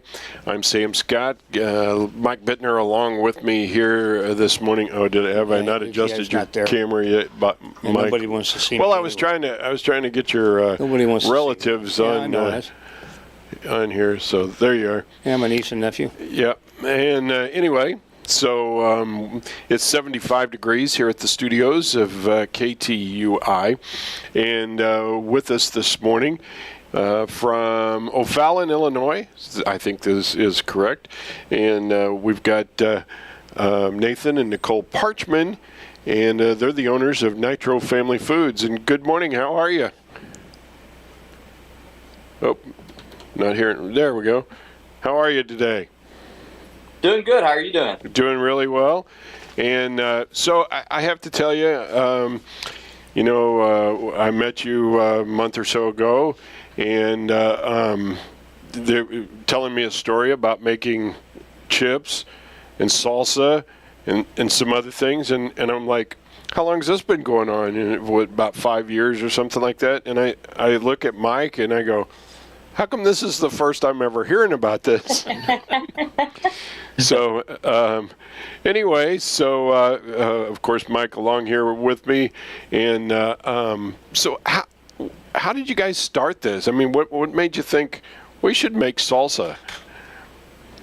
Well, we had when I grew up, I had a garden. I grew up in Kentucky, and Dad always had a big garden. So in 2012, we decided that we just put a garden up in our little backyard in O'Fallon, and we had tomatoes and peppers and didn't really know what to do with it. So we came up with a recipe. Nicole kind of threw a bunch of recipes together, and we gave it out as gifts, and people loved it. And we did that for a couple of years until people started begging us to sell it, and we gave that a shot at a yard sale, sold out of 20 jars in about an hour or two, and realized that we might have us a business plan going on.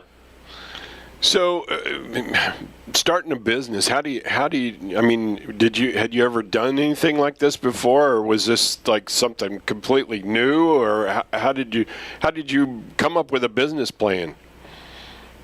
Well, I've worked as a business analyst for years, so not necessarily in small businesses, but we just thought about what we wanted to do, and Nate works in banking, so he knew the finance side of the world and what was possible and what wasn't, and we just gave it a try. I guess it was 2019 was when we established Nitro, which was right before the pandemic. So we were one of the fortunate small businesses that stayed afloat during the pandemic, and we actually tripled in size, which was absolutely amazing. Yeah, farmers markets during the pandemic were very, very popular because everybody wanted to support local. They didn't want to support the big box stores. So we actually went right into it, and everybody was like, we'll pick it up at your front door. You can deliver it to us. We'll come pick it up at the park. It was just like bartering all the time.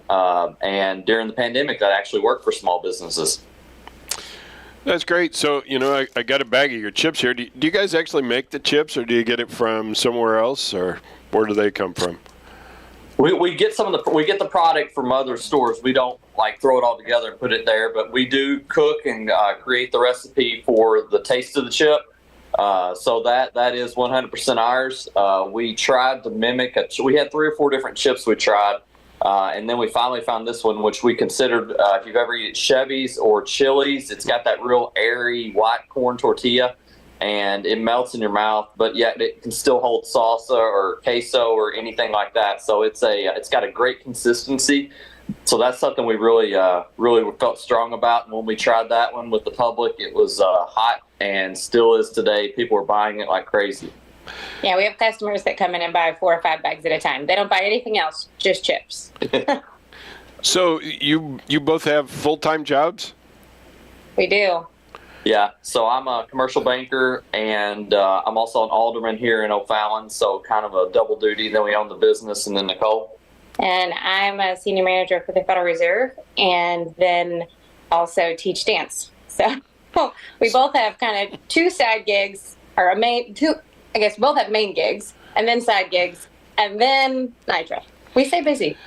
So yeah, it sounds like. So how much time does it take to what is your schedule like for making the salsa? So we were working till 10 to midnight nightly for 6 months after we bought our facility and created our commercial kitchen, and we realized that wasn't sustainable with 2 children that are 15 and 10. So we had to kind of hire somebody if we wanted to have sanity and ever sleep. So we have Jenna, who's our employee. She does a great job. She knows the product inside and out. She knows the taste, the flavor, everything. So she's got it down, the consistency. So she helps us cook, and we pay her to help us with that. But yet we still check every single jar, every bag, make sure everything's sealed up, perfect, pH is right. So we're still super involved with every single product that goes out. But she helps us to keep our sanity and family life still together. Nate, this is Mike. Hey, just a quick question, buddy. What you guys have different varieties of the salsa, from mild all the way up to ridiculous, is what I call it. How did you come up with the names for that? They're kind of unique. Well, Nate's a hunter. He's a big hunter. So when we were thinking about how do we market this, right? Like, how do we get people to laugh when they see it or when they read the titles?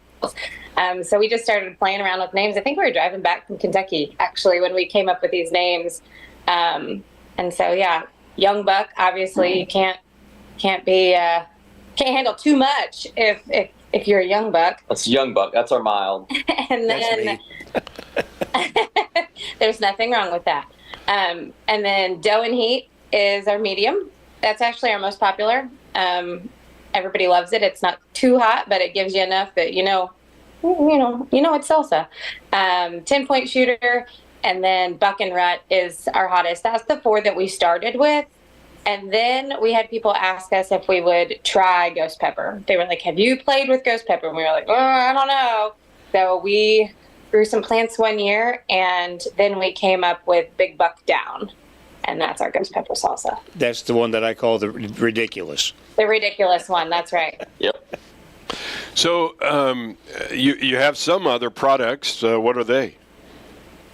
So we have barbecue sauce, which is a honey barbecue. Good for basting. Yeah, good for basting on chicken or pork. You can dip it, but it caramelizes real good when you cook and burn it right at the end.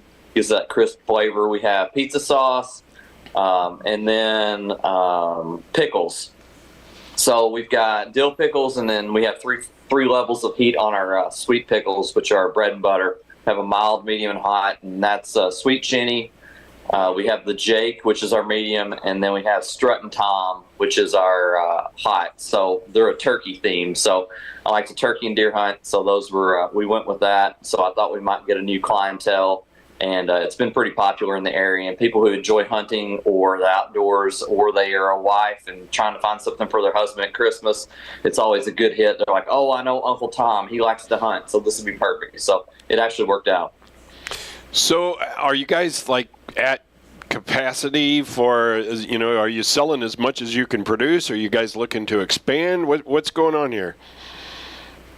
Well, I would say we're in our busy season. So from about end of March through Christmas, I would say, is what we consider our busy season. We are constantly cooking and selling all of our product. It is moving off our shelves. So I would say we're probably close to capacity. At this point, we can always, I'm always for expanding. He's a little bit more like, "Are we sure?" I'm the one who comes up with the crazy idea. Sounds like a banker. He brings me back to reality. Yeah, I'm the realist. She's the dreamer. Put us together. We get in the middle. But we do expand in different ways, even though we're not maybe expanding our product line. I've been told I'm not allowed to create any more products. We're cut off. I'm cut off, at least for now. But we have been venturing into doing events where we sell food. So we use our salsa and our pickles and our pizza and our barbecue sauce in different recipes that we can sell at events. So we do a lot here in O'Fallon. They have like downtown district nights where they bring in bands, and it's like a big block party, but downtown, we had one in June, and there were like 7,000 people there. And we sold out of our product. The main thing that we had, which were egg rolls, in 45 minutes, was gone. So we do try, and that's kind of my my way to try new things that he's okay with. Yeah, like lasagna. Oh my goodness. Yeah, lasagna, chili. A lot of our recipes we do put out onto our Facebook page, so you can see how you can use our products in different ways. So where's we it? have a lot of Where's it people that available? love our chili and our lasagna. How do you get it? Somebody's listening to us out here right now. I mean, Illinois is not just across the street from us here. How do they get the product here from you guys? Yeah, we ship. So you can go to our website at nitrosalsa.com, and you can see all of the products that we have, and we can ship to you. So we got a package with the chips and the salsa in it, and it was packed. There wasn't any breakage. I mean, it was pretty good. So is that typical? Is that the way you guys ship stuff? Yep. We wrap it all pretty well, and sometimes FedEx and UPS, they decide that they want to throw it up against the wall, stomp on it, and run over it a couple times. But if they don't do that, it will arrive on time. I don't know how they ship it like that, but they're a little rougher on it than we would be. I think they play basketball or something. That's what some of the packages we've seen look like when they arrive. But that's not very common. Okay, you can also get gift cards. You got, like for holidays, things like that. You got holiday gift sets. And I kind of got a kick out of the home accents section of the webpage. You've got the chip and salsa platter, and when I dip tray. What in the world is a when I dip tray? It says, when I dip, you dip, we dip. So back when we were kids, there was a popular song. Double dipping. I'm not going to sing it. She's a better singer, but it was kind of a hip-hop song, and it was when I dip, you dip, we dip. And people around our age or a little bit older, they get a kick out of it, so it's funny. Yeah. It's also got to do with double dipping. And Nicole, I know a family member of yours that liked to double dip. Yep. That was your dad. Anyway, all the things you got your store over there that's open at certain times as well, don't you? We do. Our store, because we're not there and we're working full time, we do have our employee there. Summer hours are Wednesdays and Fridays from 12 to 5. And then Saturday mornings, either our store will be open from 8 to 12. I'll get it right. We just changed those hours.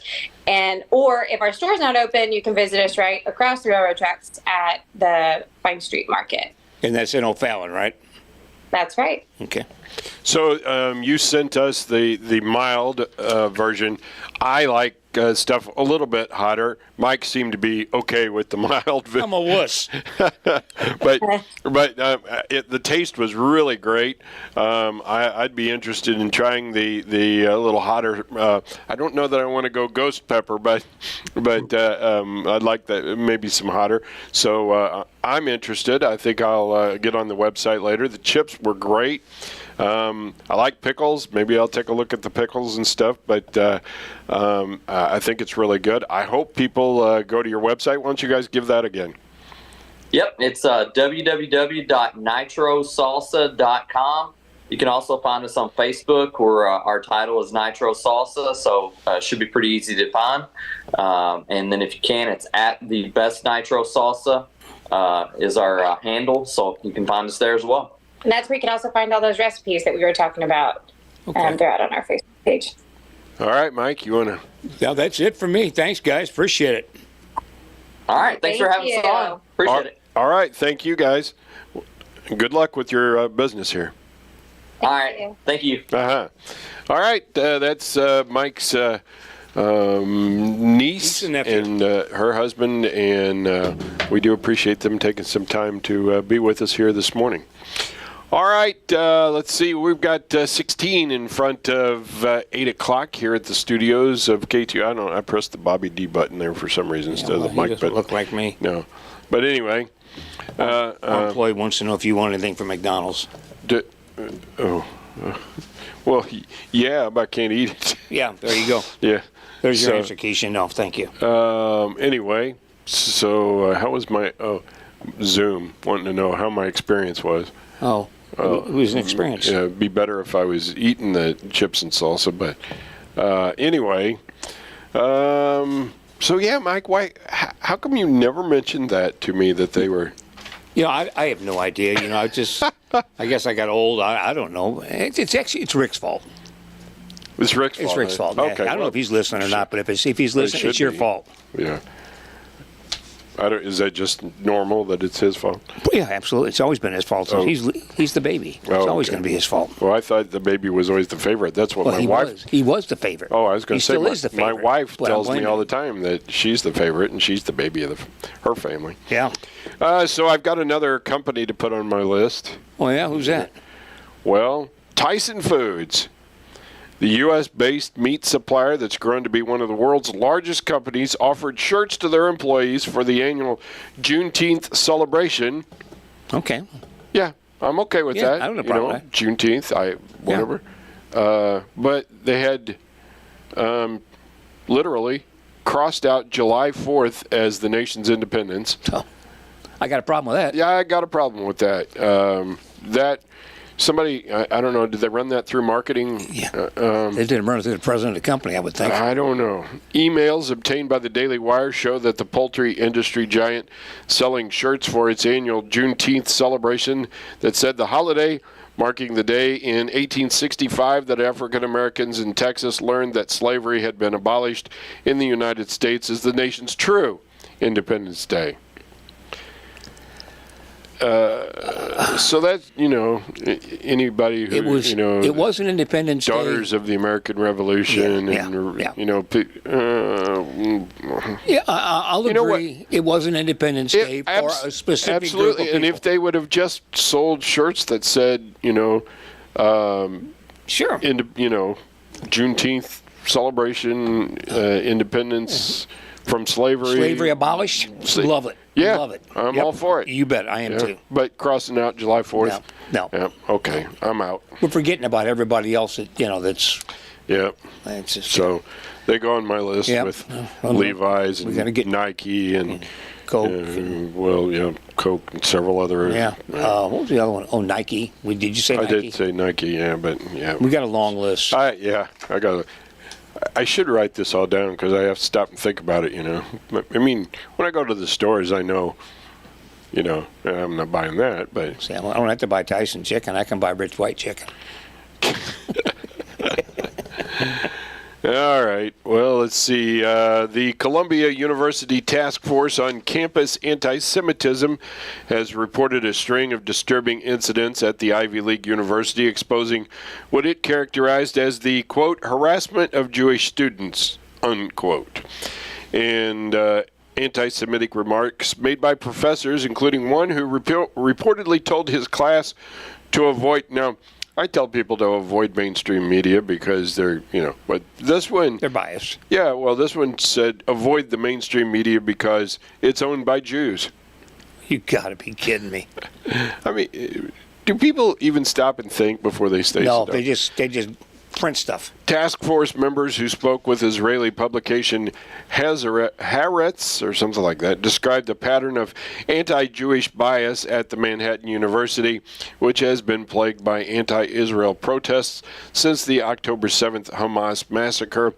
Jewish and Israeli students regularly felt, quote, targeted and ostracized, end quote, on campus and were often singled out in the classroom, task force members told the paper. Okay, go back a couple of lines, and you said on October what? October 7th, during the October 7th Hamas massacre. Hamas massacre. Yeah. So Hamas went into Israel and massacred a bunch of Jewish people, if I'm correct with what you're saying here. Abducted them. And took, made slaves out of them, made human shields out of them. Yeah. But yet Israel's just supposed to say, well, that's okay. Well, that's okay. Apparently, that's what a lot of the world thinks, and What if they came into your house? Yeah, or to Cuba. Or Bourbon. They came into Bourbon and started doing the same thing in Bourbon. What would we do here? Nothing. No, well, that's what they want you to do. Because no, that's ridiculous. It is absolutely ridiculous. Yeah. It's just it's that 1% again. And it's well, and that's the thing is you get a few people and they get out there and they protest, and then the news converges on them and makes it a big thing. Yep. Where it's not really, in normal right-thinking people, I think, would probably shoo them off or whatever, Yeah. But I mean, not to say we don't have some people in this town that are trying to get stuff stirred up too. But that's everywhere. Yeah. But you just got to, use your head, people. Yeah, I'm not going there.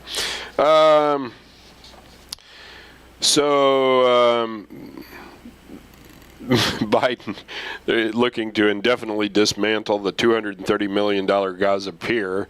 The more I don't know a whole lot about it, but the more I find out about it, anyway, they say this has been an absolute waste of time, effort, and resources. Spencer Brown said the Biden administration's decision to spend $230 million worth of hardworking Americans' tax dollars on the humanitarian pier off the coast of Gaza seemed ill-advised from the start. Predictably, the pier was a target of Iran-backed terrorists in the region in rough weather, repeatedly damaging the pier or made it necessary to move the pier to protected waters off of Israel's coast. While it was always described as a temporary piece of infrastructure, that was $230 million piece of temporary infrastructure. It was supposed to facilitate the delivery of humanitarian aid to residents of the enclave. The pier is now slated to be dismantled months earlier than initially anticipated, as it utterly failed to do what Biden said it would do and only continues to endanger American service members there. Well, where did they think all this humanitarian aid, where did they think that was going? I mean, it's... I don't know.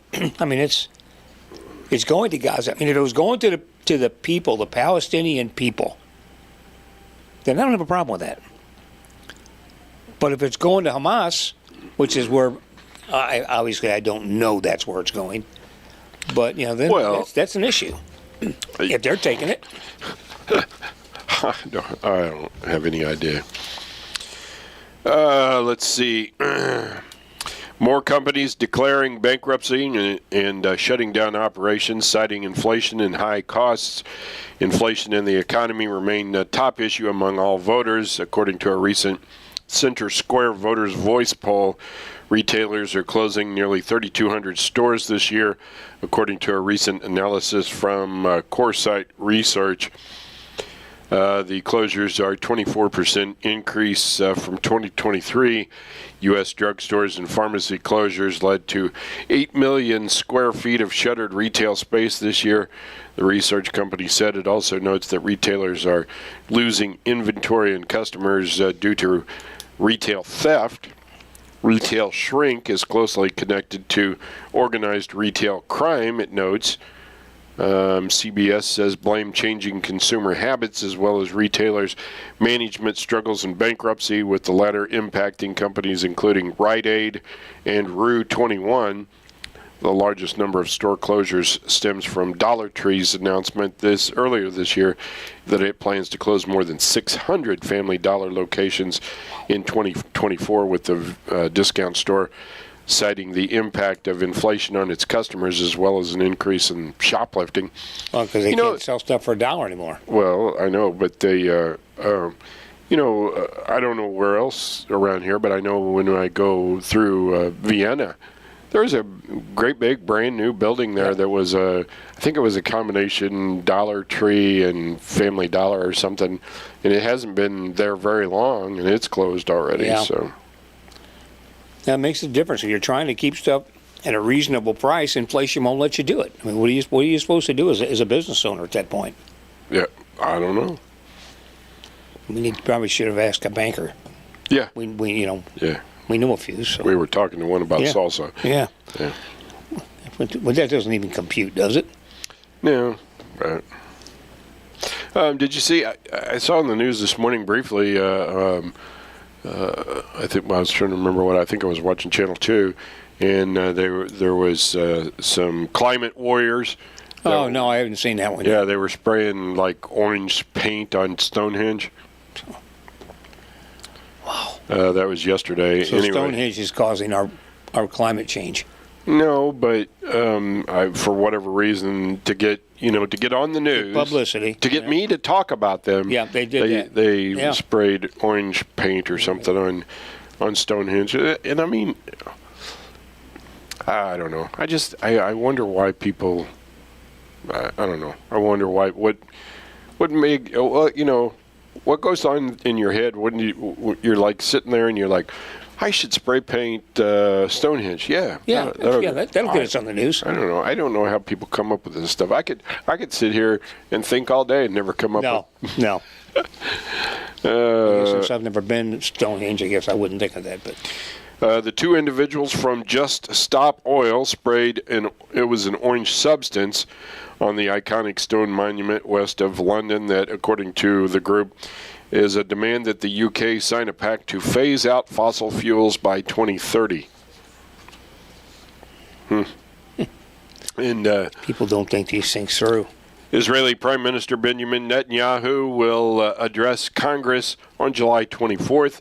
The bipartisan invitation was signed on not just by Speaker Mike Johnson from Louisiana and Senate Minority Leader Mitch McConnell from Kentucky, but also by House Minority Leader Hakeem Jeffries, a Democrat from New York, and Senate Majority Leader Chuck Schumer. Really? Yeah, he's a Democrat from New York. Yeah. From the start, though, there were Democrats who made it clear they would boycott the speech, and more names kept coming in. Speaker Emeritus Nancy Pelosi expressed earlier this month that it's very sad and wrong to invite Netanyahu. Why is it wrong? Well, I heard a rumor that he's Jewish. Oh, you're kidding. Yeah. No kidding. Yeah. And he speaks English better than some people I know. And who is it? The NATO or whatever, they've put out an arrest warrant. Yeah. Yeah. Yeah. It's hard to do anymore. Yeah. Kind of hard for you to do anymore. Yeah, you could do it here up to 6 months ago. I know. I don't know. Of course, I'm not a Nancy Pelosi fan. No, I'm or not a either. Chuck Schumer fan for that. No, you're not a Democratic fan. Yeah. Or a Democrat fan, I should say. No, but I don't know. This world's doesn't make any sense. This world's just gone nuts. It's gone. It's gone crazy. So what do you got? Well, it's a study found. Oh, okay. I love these studies. Yeah. I'm sure it was done with anonymous sources. Said that twice as many men versus women doze off on company time. Yeah, I think we don't have. That's very true here. Yeah. Because most of our. Now we got Keisha. Oh, that's right. Oh, we got Ellie. We got Ellie, too. Yeah, so they're getting closer to 50-50. Yeah. They're still not going to doze off as fast as we do. I've not seen either one of them doze off, but. No, I have seen you and me doze off. I have seen that. And our sports director, he dozes off now and again. But that's what we're supposed to do, That's part of it. Yeah. It's in our contract. Yeah. I didn't know we had a contract, but it's in it. No. I doze off whenever I want to. Yeah, I do too. Sometimes in the middle of the show. Yeah, normally I don't doze off. Usually when you're talking, but yeah, well that's true too. Something's very poignant. That I've got a really important thing to say. Poignant. I like that one. Wow. Can't spell it, but I can use it. Don't really know what it means. I just know it's good. Mm-hmm. If you got a 10-hour, this is a toughie. 10-hour road trip. Yeah. You're just getting in the car and you're going someplace for 10 hours. 10 hours. Driving to wherever you're going, New Orleans, wherever you're going for. It takes 10 hours to get from here. Okay. You can listen to one artist. One artist all the way down there. Who you can listen to? Boy, I don't know. I don't know, am I by myself or is my wife with me? You better be by yourself. Okay, I was going to say I would probably. I don't know. There's a lot of different, but Waylon Jennings is probably one of my favorites. Okay. I don't know. I would see. Can you handle 10 hours of Waylon? I mean, there's enough songs. Waylon's probably got 10 hours of songs that you could listen to.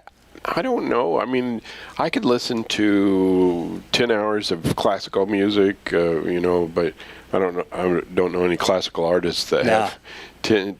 I don't know. Why? It's just a question. I just thought it was something that came up. Who would you listen to? You're going to laugh at me when I tell you. Yeah. Dean Martin. Oh, Dean, I could listen to Dean. I don't know if I could listen to him for two. I like Dean Martin. Yeah. I always have. I liked his show when it was on TV.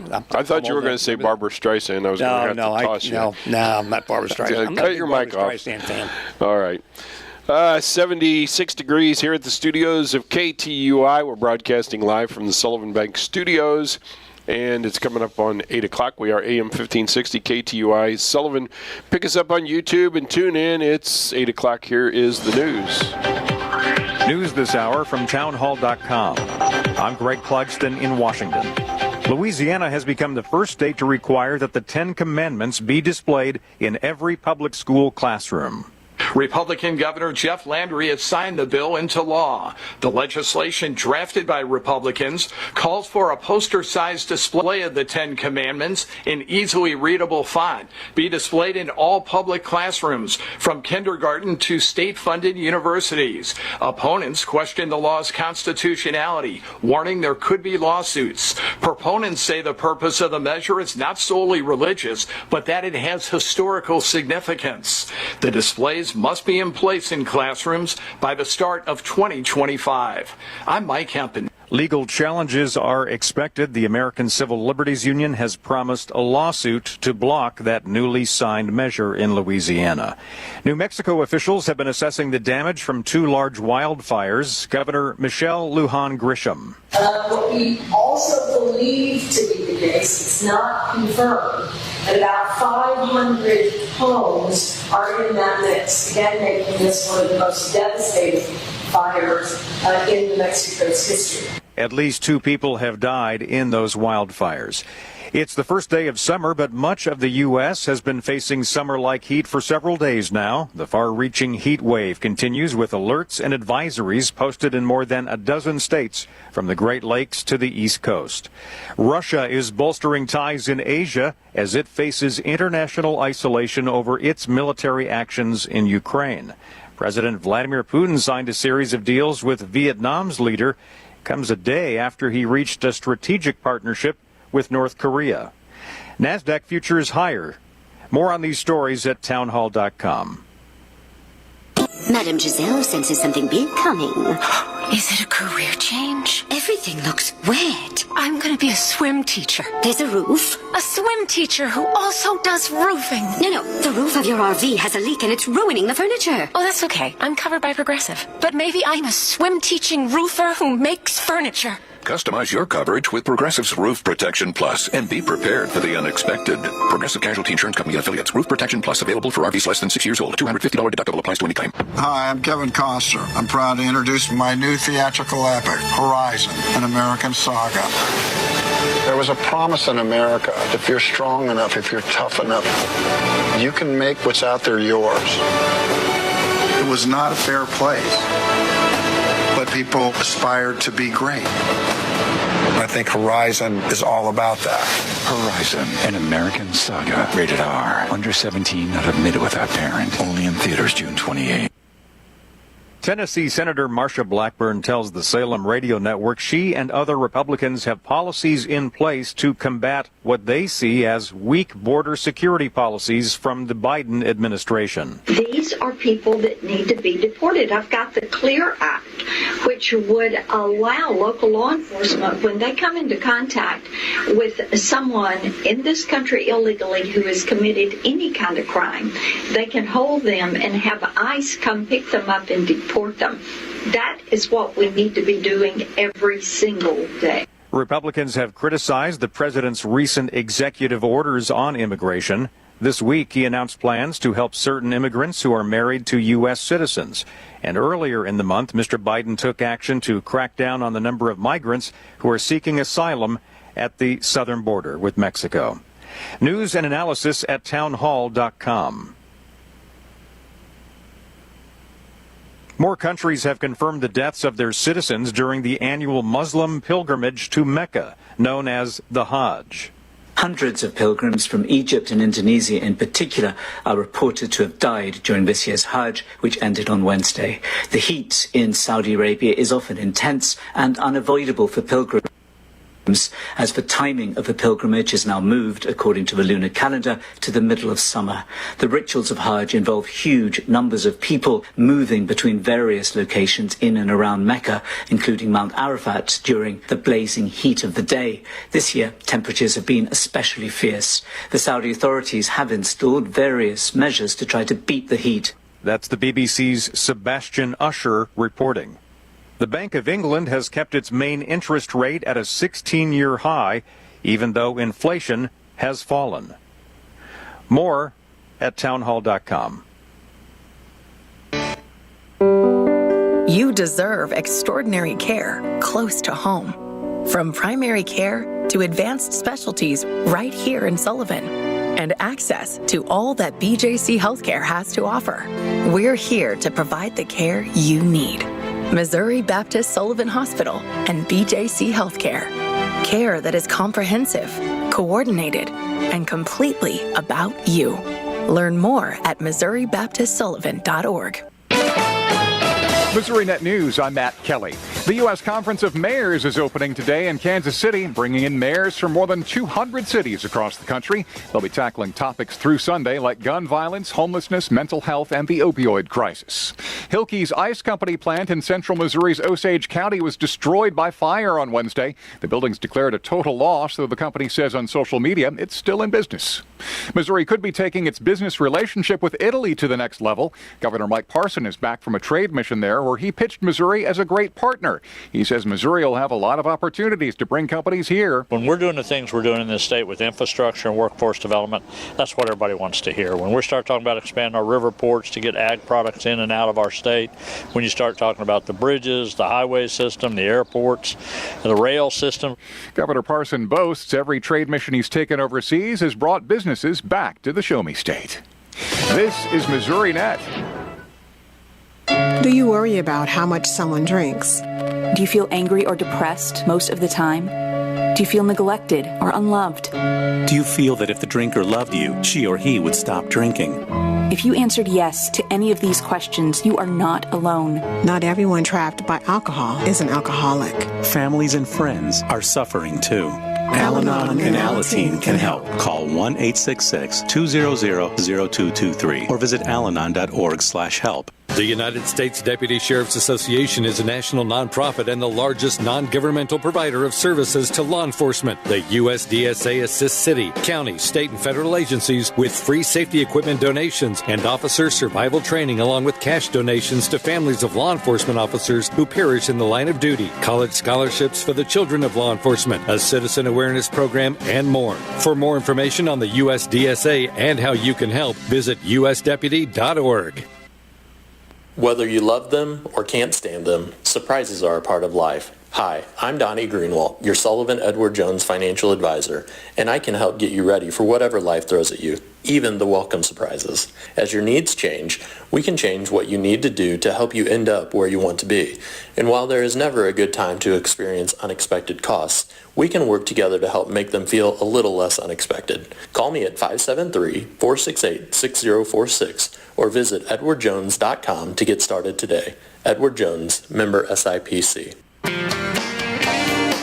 Hi, this is Dale Cottrell, Chief Credit Officer at Sullivan Bank, where we are committed to being a step up in service. Our goal is to put the community back in community banking. We are incredibly grateful to be a part of the KTUI communities and strive to make them a better place for future generations. We've been here for you 129 years and plan to be here for many more. Stop by Sullivan Bank today to experience the step up in service for yourself. Rolla police took a person into custody yesterday after a shooting and theft of narcotics at a pharmacy. Officers were called to Sink's Pharmacy on East 10th Street in Rolla at 10:17 yesterday morning for a call of an active shooter. Witnesses said the man came into the pharmacy with an AR-style rifle, demanded narcotics, and then shot an employee in the leg. They said the man then left with an unknown amount of drugs.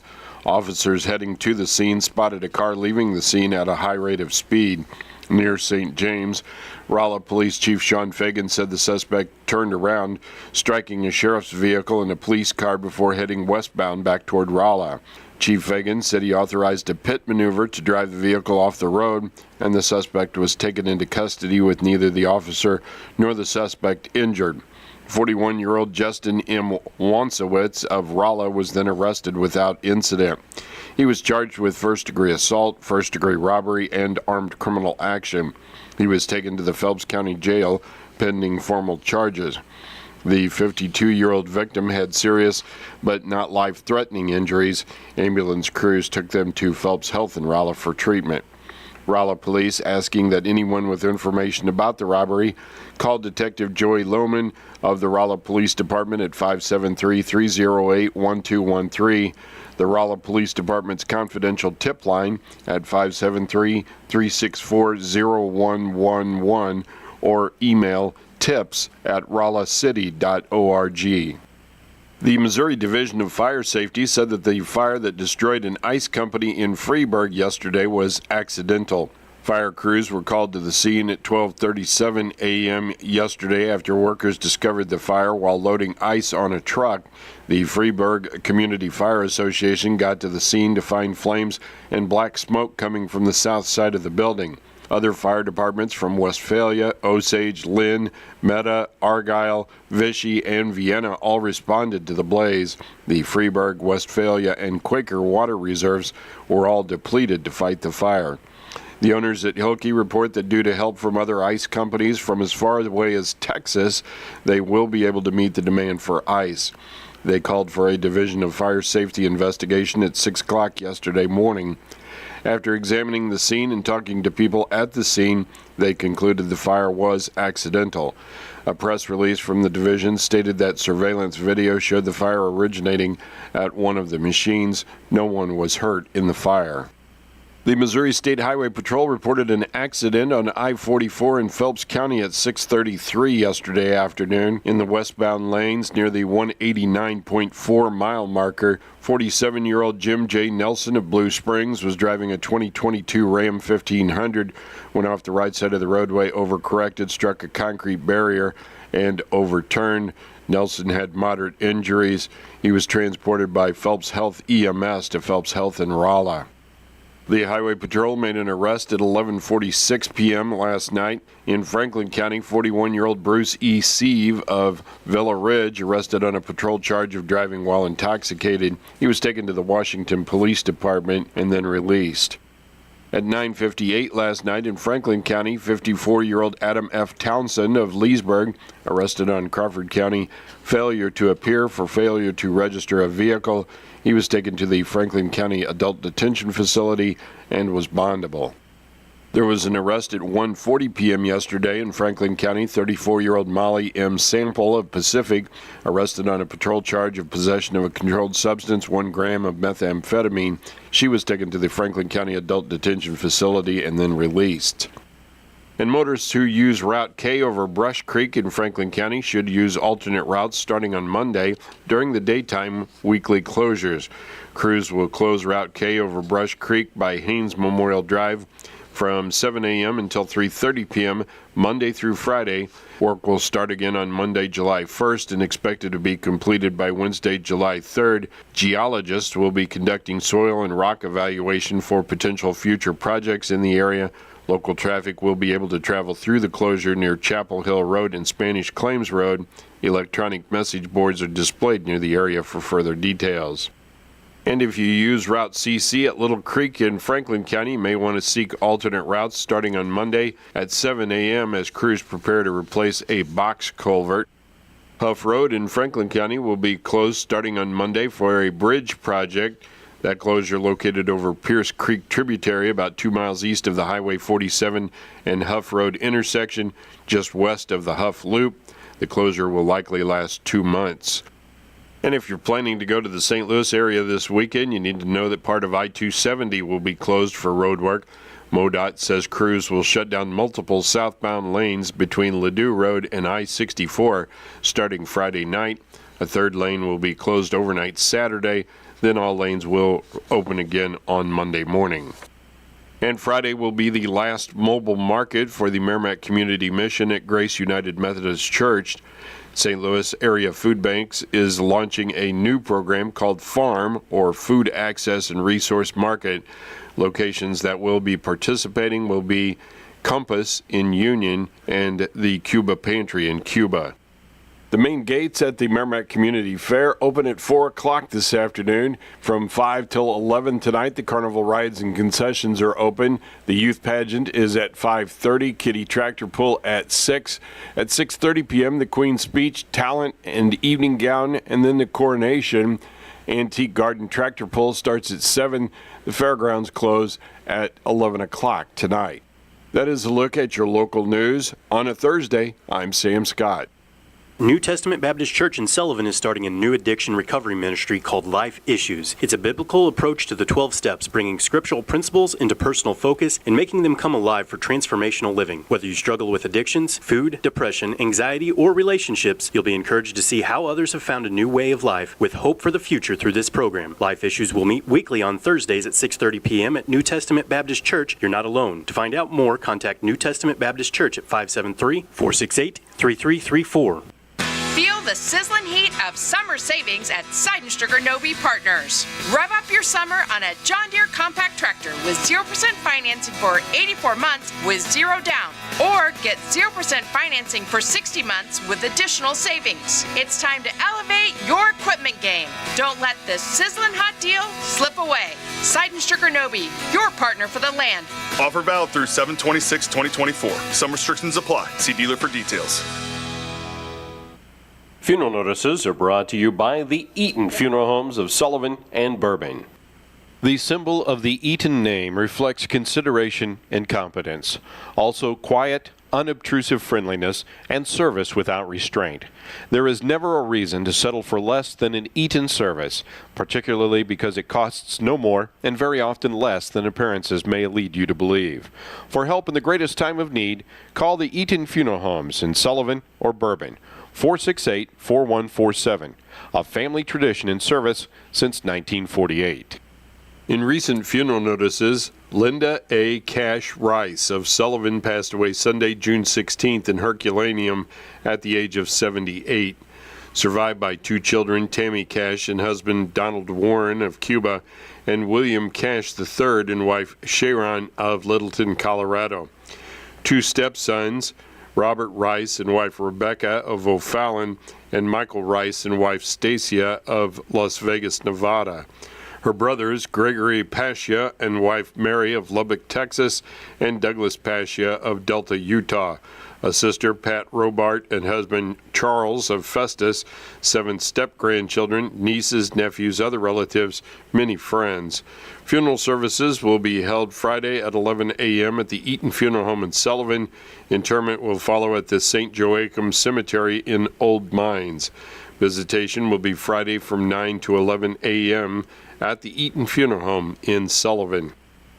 Army Captain Adam Thomas Hudson McLean of Jefferson City, formerly of Cuba, passed away Wednesday, May 29th at the age of 26.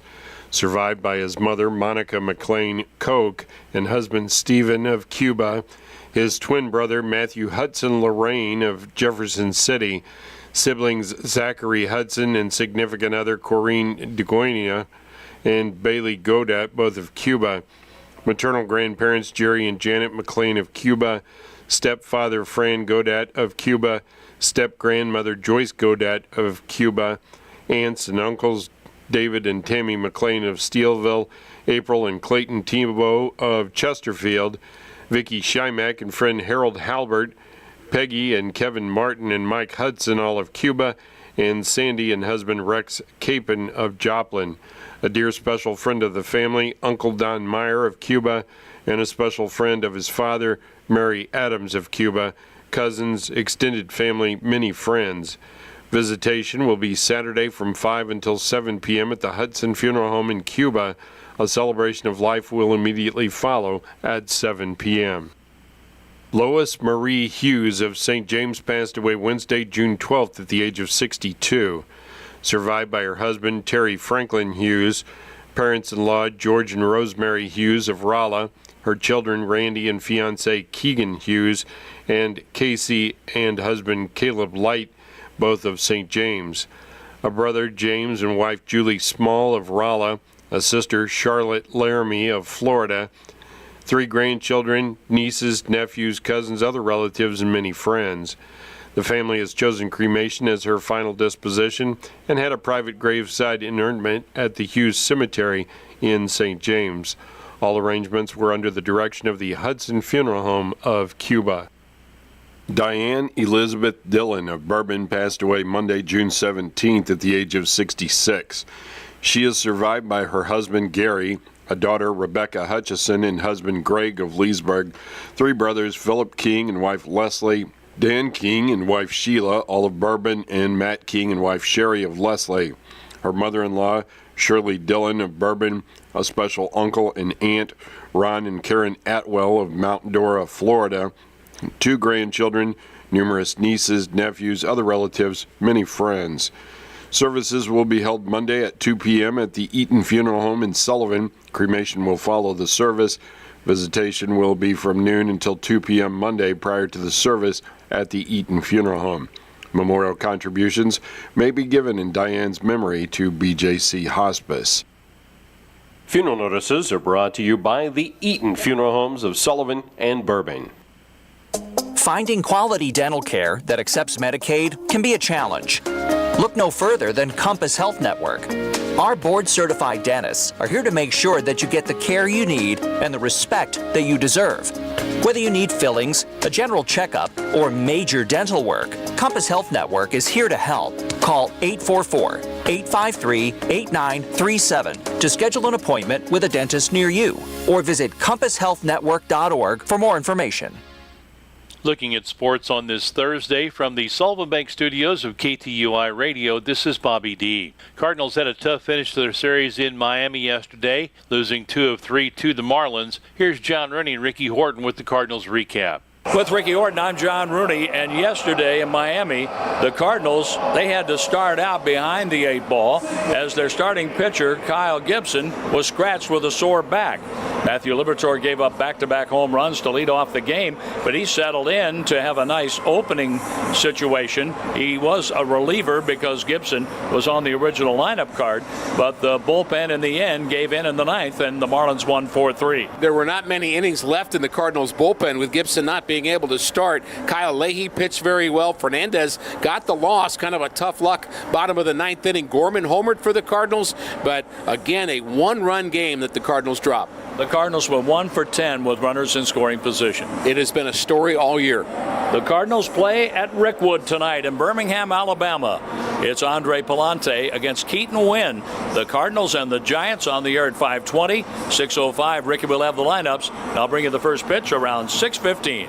Thank you, John. We'll have that Cardinals game on the air tonight from Birmingham, Alabama, coming up at 5:20. According to media reports, the Cardinals will recall right-handed pitcher Adam Klopfenstein before tonight's game with the Giants in Birmingham's Rickwood Field. It will be the 23-year-old's Major League debut. Klopfenstein is already on the 40-man roster. He would have been eligible for the Rule 5 draft last winter, so the Cardinals selected his contract in November. Klopfenstein was a second-round pick of the Toronto Blue Jays out of high school back in 2018. He was pitching at Double-A last summer when the Jays packaged him alongside infielder Sam Roberts in the deal to acquire Jordan Hicks. Klopfenstein has worked out the Memphis rotation this year with a 4-4 record and a 3.97 ERA over 77 innings. Andre Palante expected to get the start tonight, with Miles Michaelis and Sonny Gray closing out the series in St. Louis on Saturday and Sunday. Other reports have the Cardinals activating reliever Giovanni Gallegos from the injured list in time for tonight's game. The right-hander was placed on the 15-day IL with the right shoulder impingement on May 6th. He has had several rehab appearances in Springfield and Memphis. For the 4th year in a row, Missouri men's basketball will play bragging rights rival Illinois on December 22nd at Enterprise Center in St. Louis. Last year's game on the 22nd on a Friday. This year's game will be played on a Sunday. Tip-off time will be announced at a later date. It'll be the 55th meeting between Missouri and Illinois. The series, the Illini lead 34-20. Tigers lost last year's meeting 97-73. Missouri has also scheduled Eastern Washington in a bye game worth a guaranteed $100,000 for the visiting Eagles. Eastern Washington will travel to Mizzou Arena on November 11th, and it will be the Tigers' second game of the upcoming campaign. The Eagles went 21-11 and won the Big Sky Conference regular season title last season. Mizzou still has some room left on this season's non-conference slate. There are 2 or 3 spots left for the Tigers to fill. St. Charles Community College in Connellville having a softball prospect camp today from 5:30 till 8:30 p.m. this evening at the college. Check-in starts at $5. $50 is the cost for the camp. You can register by email or text. Email head coach Dustin Wingert, dwingert@stchas.edu, or you can text 573-225-8148. Legion baseball scoreboard from Wednesday. Washington Post 218 freshman red team defeating New Haven Post 336 by a score of 13-3. The Washington freshman Navy team defeating New Haven 12-8 last night. Union Post 297 freshman defeating Wentzville Post 323 by a score of 11-1. Union in the second game then beat St. Charles Post 312 13-0. Looking at the schedule for tonight in Legion baseball, Washington Post 218 senior Legion team is at Pacific taking on Post 320 at the high school at 6 o'clock. St. Clair Post 347 AA team will be at St. Peter's Post 313 at 6:30. At the MWP 16U National Championships in St. Louis this weekend, the U.S. Nationals Midwest 16U team will take on St. Louis Legacy Ring 16U at 8:30 this morning, and then they'll take on the Hitters UDC 2026 16U team at 10:50. Also coming up tonight, Adidas Athletics Gold 17-18U will be playing the St. Louis Natural 17U in a tournament matchup at 6:20. The St. James Tiger baseball team is having a youth baseball camp coming up on the 22nd. Grades 3 through 8, 3rd through 5th graders from 8 until 9:30. 6th or 8th graders from 10 until 11:30 at Marcus Field at Nelson Hart Park in St. James. Cost is $25. You can go to the Tigers Facebook page, and there is a QR code to scan for registration. If you have any questions, contact Coach Olivas, nick.olivas, O-L-I-V-A-S, at stjschools.org. Sullivan baseball team having a youth summer camp coming up June 24th, 26th, and 28th at Sullivan Bank Ballpark at Sullivan High School. It'll be for incoming 4th through 8th graders, 4th and 5th grade from 3:30 till 5 p.m., 6th or 8th grade from 5 until 6:30. Cost is $30, which includes a camp t-shirt. Register at sullivaneagles.revtrack.net. Select high school and your desired camp. Pre-registration is encouraged and walk-ins are welcome.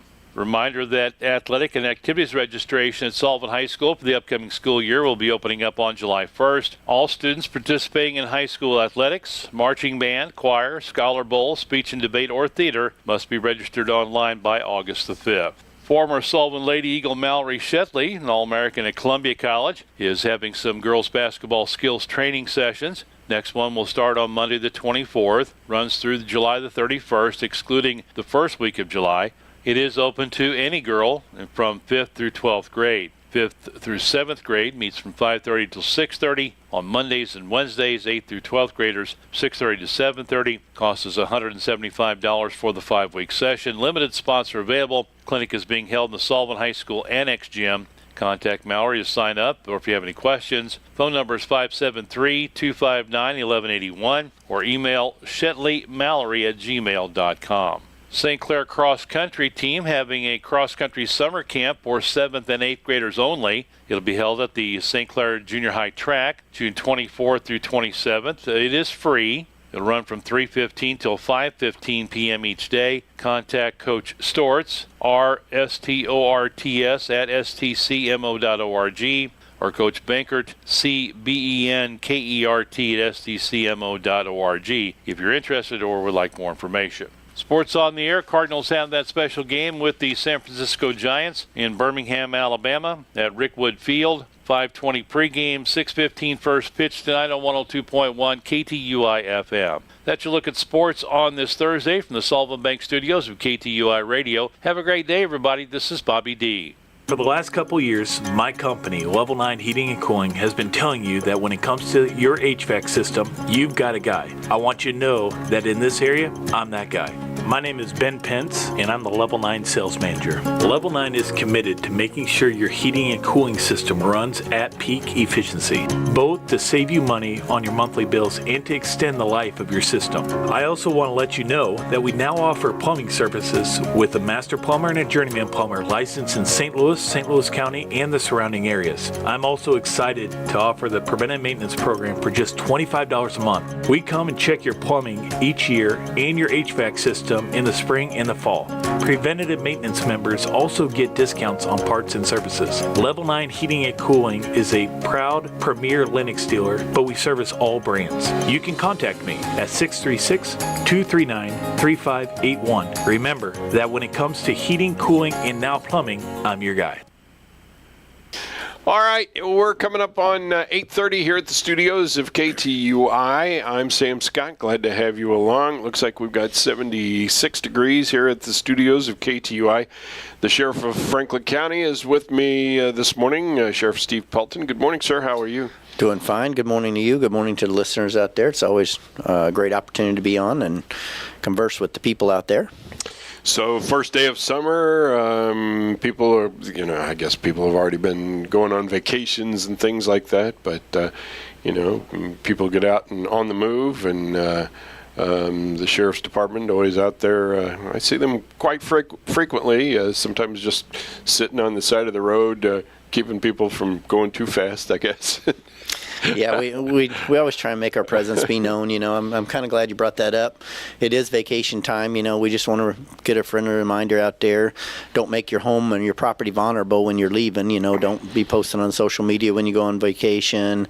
Some of the safety factors that come into that. Have your house checked. Don't let your packages pile up on the porch. Don't let your mail pile up. Either get a neighbor that you trust, someone you trust in a neighborhood watch group, let them know. And of course, if you're out in the county, you can always call us for an extra patrol, and we can get some extra patrols in the area if you're going to be gone. We just need the dates and time that you're gone.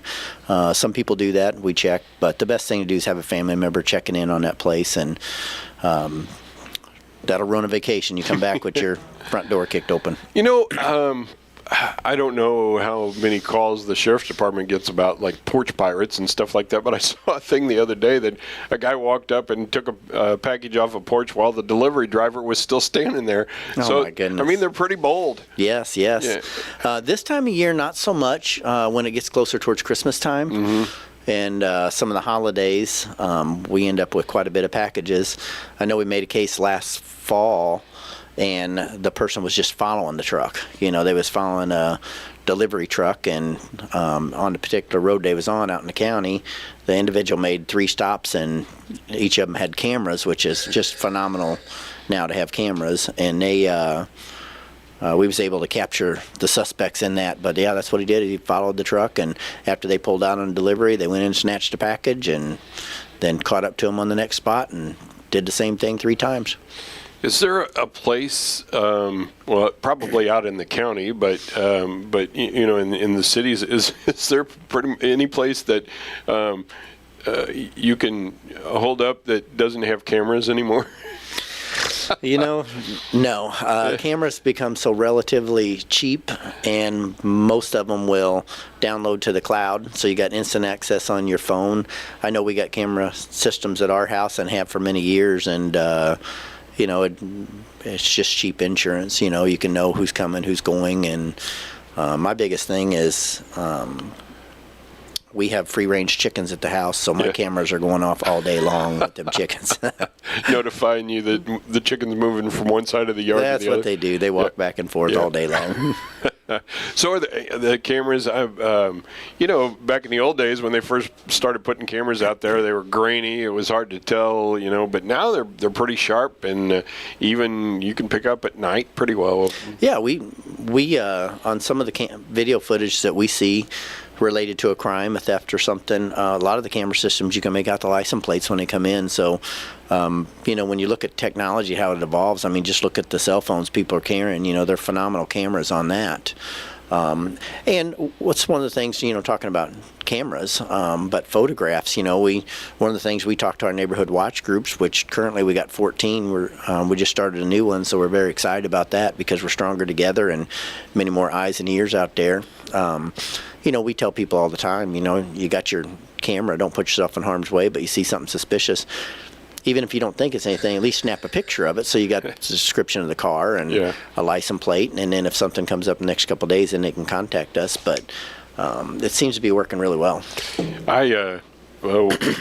When we were still over at the other location, the radio station, there was a truck parked out near at the back of the parking lot near the woods, and I called the police because it was just an odd thing for it to be sitting out there, and I called the police, and they said well, can you get the license plate number on it? And I said, oh, I can, but I don't know if somebody's in there with a gun or whatever, so I walked out, as where I could zoom in on the plate with my phone, and then I texted that to him, and it turned out the truck had been stolen from St. Clair. Why in the world they decided to, I guess they ran out of gas or something, but I don't know why they were there, but it's kind of some unnerving, I guess, for you to walk up on a vehicle that doesn't seem to belong there, and anyway, so I of course going through the Citizens Academy and that you guys hold, we did the one where we did traffic stops. And I can see, where they tell you when you're walking up on a car and stuff, and your guys do that every day. And I mean, I knew nobody was going to shoot me when I was doing it, and it was still kind of, makes you think. Yeah, there's a lot of inherent dangers that come with that. Just having our guys on task, and I say it all the time, we don't take it for granted, but we're pretty fortunate out here. Our people are good people, but we still got a lot of people traveling through, and as well as we had some incidents on traffic stops, like when the deputies got ambushed a couple of years ago. Yeah. So it is a reality, and it can happen, and it does do that. So, yeah. So the fair's going on? The fair in town is going on. It gets into full swing tonight, I guess, with the Queen stuff, and they've got, I think, a tractor pull or something, and they've got concerts tomorrow and Saturday, and so, yeah. Yeah, just a reminder for everybody out there, please get a designated driver if you partake in any alcoholic beverages at the fair. We don't want to, it's summertime, and it's always devastating when something bad happens like that. So one thing about our fairgrounds, it's located adjacent to the police department. You do have to drive in front of it, yes, sir. Yep. So, yeah. So, anything else going on? No, you talked about the Citizens Academy. The Missouri Sheriff's Association, they started doing a podcast about a year ago, and they seen some of our press releases when we did the graduation, and we was talking about the Citizens Academy. So it probably won't air for another 2 months, but I was down there Tuesday doing a sheriff's podcast on talking about the importance of Citizens Academy, and more than just giving the knowledge, but just having the people out there that went through an event of a large scale event where you need some extra resources, people that you already built a relationship, and trust, and if you need some additional resources, call them a sheriff's posse if you would, but it gives more resources when it comes to that, and it gives knowledge. And at the end of the day, the most important thing in law enforcement is relationships. Somebody's more apt to call you if something don't seem right, if they can get a name to a face, and if they know a deputy there. And the Citizens Academy is proven very fruitful for us and the citizens of Franklin County as far as getting eyes and ears out there, and the relationships, and really just quite a better understanding. Most people don't understand, for example, how the judicial system works. They're very frustrated with the judicial system. And when the courts, when they let somebody go, or it seems like you guys catch the heat for it, and you didn't let them go, you caught them. Yes. And I say it all the time. If I had the authority to hold somebody in jail, we'd be asking the taxpayers to build a new jail because it's not going to be big enough. There has to be a consequence for an action, and I know that the legislation has talked about trying to get some truth in sentencing passed, and they've done some reform when it comes to criminal sentencing, but not near enough. We need the career criminals to be held accountable. I'm not talking to once or twice somebody made a mistake. As being a Christian and compassionate, you can understand how people can change their lives, but we deal with 10% of the people 90% of the time, which are just frequent flyers, and when you get to know them on a first name basis. Exactly. I can't count the number of people that I've taken to jail that, how you been? How's the family? You just because you've dealt with them for years. So, but that's a topic probably for another day. And So the Citizens Academy just wrapped up last month? Is that what? Yes. And, yes. what was that? Is that the fourth one you've done, or? It was the fourth completed class. Because I was in 1.5. Yes. We had the fifth one that we had to postpone. There's two things going on. One, COVID was going on, and the second thing, that's when we was in the middle of the renovation. Right. We just didn't have a meeting spot or a place to be able to do that because they was putting new carpet and paint and lights in. For me, the inner workings of the sheriff's department, I don't think a lot of people realize, probably most of the stuff about a sheriff's department you saw on TV or something, and that's not always right. No, but I mean, all the different divisions that you have. I mean, and I realize that we have a larger sheriff's department than a lot of counties probably, because what are we, the fifth largest or something county or something like that. So you actually have quite a few employees. I don't know, what would you say, half of them are not deputies or? No, we got a staff of 157 at the office, and out of that 157, there's about 125 that are commissioned. Okay. The rest is support staff, and then we have about another 8 or 10 reserve officers, which their full-time job is elsewhere, but if we need extra resources, they come out and help out. But they are fully commissioned, so they can come out and enforce all the laws and serve the citizens of Franklin County. So I think we're probably the fifth largest full-service sheriff's office in the state of Missouri. I say full service because, like St. Charles has a police department, and then the sheriff's office just take care of the courts. Mm-hmm. So when you look at that, we do it all, and our guys work hard. We're very proud of them, and I think they really represent the citizens of Franklin County very well. And then, I hear people talk about, whether or not they have a working sheriff. And although you could very easily probably not be a working sheriff, I think you are. So I appreciate that. I still enjoy getting in the field with the guys and helping out. And obviously, any major case I go out, that's a promise I made to the citizens, and I think that's my responsibility. But I still enjoy getting out with the guys. And although you did tell me that a lot of times when you get there, they send you for coffee or donuts. Yeah, the guys wise up. Oh no, sheriff's here. Hey, we're getting thirsty, sheriff. So, but yeah, just to participate and help out, and like I say, I still enjoy it, and still like being a part of it. So I know that you, as well as most of the sheriff's departments around here and police departments and things like that, are looking for qualified individuals to be commissioned officers, and there's an academy in Franklin County for I guess like Deputy Sheriff's Academy or something with it. Yeah. But it's a part-time thing. It takes you the better part of a year to get through it, right? Yeah, we host a Missouri Sheriff's Academy in Union. There's 5 of them throughout the state, and what it allows somebody to do is go on a part-time basis. And right now, I think there's 8 people in the class. Years ago, prior to the riots, we would cap the class at 25 to 30 and turn people away. But it's just like anything else in the industry. Everybody's struggling for help, and when it comes to that, but there's a good opportunity right now because the state of Missouri recognized that, and they're doing a blue scholarship. So a person could apply on the Department of Public Safety's website and get their academy paid for, which was just unheard of years ago. And the governor approved that again for this upcoming year, and they've been doing that for 3 years. So we have sponsored some people, and I know Crawford County has sponsored some people at the academies, but there is grant money out there where an individual can do that.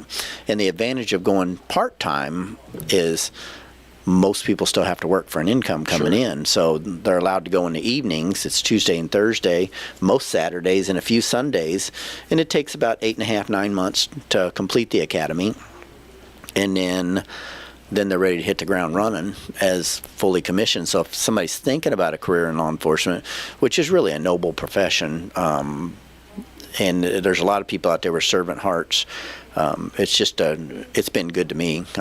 I've just hit my probably 33 and a half years in law enforcement, and I still enjoy it and enjoy the people, and feel like when I lay my head on my pillow at night, feel like I'm making a difference. So that's a little plug for, if you're interested, contact the Franklin County Sheriff's Office. So do you worry about, like our governor right now is a former sheriff, and he's, been, I think, kind to law enforcement in the state of Missouri at a time where sometimes it's not real popular to be, and but his time's up, and so do you ever worry about, funding? I know your funding comes from Franklin County, but you get grants and things like you said from the state. So do you worry about that kind of stuff for incoming administrations? And I don't. It's been my experience that with the support that the citizens show for law enforcement, that's passed on to representatives and legislators, and I think we're sitting in a pretty solid spot. I mean, it is truly hard to argue public safety, so if there's a legitimate public safety issue when it comes to monetary thing, or even some laws that affect that, Missouri Sheriff's Association will stand united, and they'll, I don't want to use the word lobby, it's such a terrible word, but they'll say the inherent dangers of, hey, if you pass this law, this is bad for law enforcement and bad for the citizens. However, if there's good laws, the Blair Law, stuff like that, and the felony pursuit laws, that's good for law enforcement and it's good for the citizens because it helps keep the streets safer. So public safety is one of them things that it's hard for somebody to stand in their boots, and if they don't, and end up not supporting law enforcement, it's been my experience they usually don't spend too long in Jeff City. Well, Sheriff, it's always good to talk to you. I look forward to seeing you every month, and we will see you again next month, I guess. Yes, sir. Always an honor to be on. Appreciate you. Appreciate the listeners out there, and enjoy your summer. But remember, safeguard your properties. If you go on vacation, don't advertise that you're going to be gone, and keep them doors locked. All right. Take care, sir. Thank you. All right. That is Sheriff Steve Belton. He is Franklin County Sheriff here, and he does come by and let us know what's going on each month. Still yet to come this morning, we've got some folks from Scenic Regional Library scheduled at 9:10, and we've got live from the White Mule Winery coming up at 10:05. Happy birthday today to the Johanning twins. They're 34, Ryan and Mason. And Amy Jenkins also has a birthday today. So happy birthday to her. It's 13 before 9 o'clock. Looks like 79 degrees now here at the studios of KTUI. Twins are getting up there, aren't they? Yeah. I guess they were one of 6 sets of twins that graduated from Sullivan High School. Something in the water that year. And then when my son, Robert, who was not a twin, but he had several friends that were twins, the rest of them are twins. What'd you do? I just got a news brief. Uh-oh. A news flash. There's been a lot of people complaining about the conditions of the streets after the parade. Oh, yeah. That they weren't cleaned up. The reason for that is because the street sweeper is broke. Oh, no. So they can't hardly get it if the street sweeper's broken. So as soon as they get things going, well, that's... But, Larry and Billy and all of them, that was the first thing they always did when they... Oh, yeah. So, and if you're really upset about it, go down there with a broom and help pick them up. That's right. Pick it up. There was some people, they were shooting confetti. Oh, I know. Yeah, that was crazy. Yeah, which, was drier than the water they were shooting. Yeah. Yeah, we had to put a guard in front of the camera and equipment. But some of the people tossing candy, they were tossing it out in front of the vehicle, and then their vehicle were running. I mean, I think that was a travesty. Running over candy. Crimes against humanity, running over Tootsie Rolls. Well, I had a couple of suckers got thrown at me, and I had to use my spidey senses to reach up there and grab it. I see. In other words, I got very lucky. My hand happened to be in the right spot. Well, I was out there trying to scoot it toward the kids. I kept calling Barrett and Jocelyn, the little girl across the street. They were up there too, so they kept coming over and getting stuff from me. Let's see. Schools in Los Angeles have banned cell phones. I don't think that's going to hurt the kids. I never was able to take my cell phone to school. I wouldn't either. I couldn't get the booth out of my car.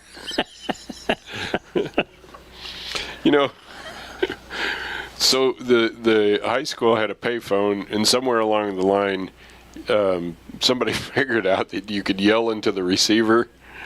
Not, the earpiece, you could yell into it, and the people at the other end could, So when we would get back from a band trip or something like that on a Saturday or something, people would line up at the payphone, and, they'd dial their house and, yell into the earpiece, "I'm home, come get me," and then hang up. The next person would. Yeah.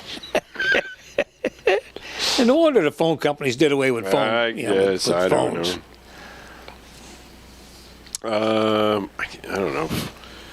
This is hilarious. Okay, what's that?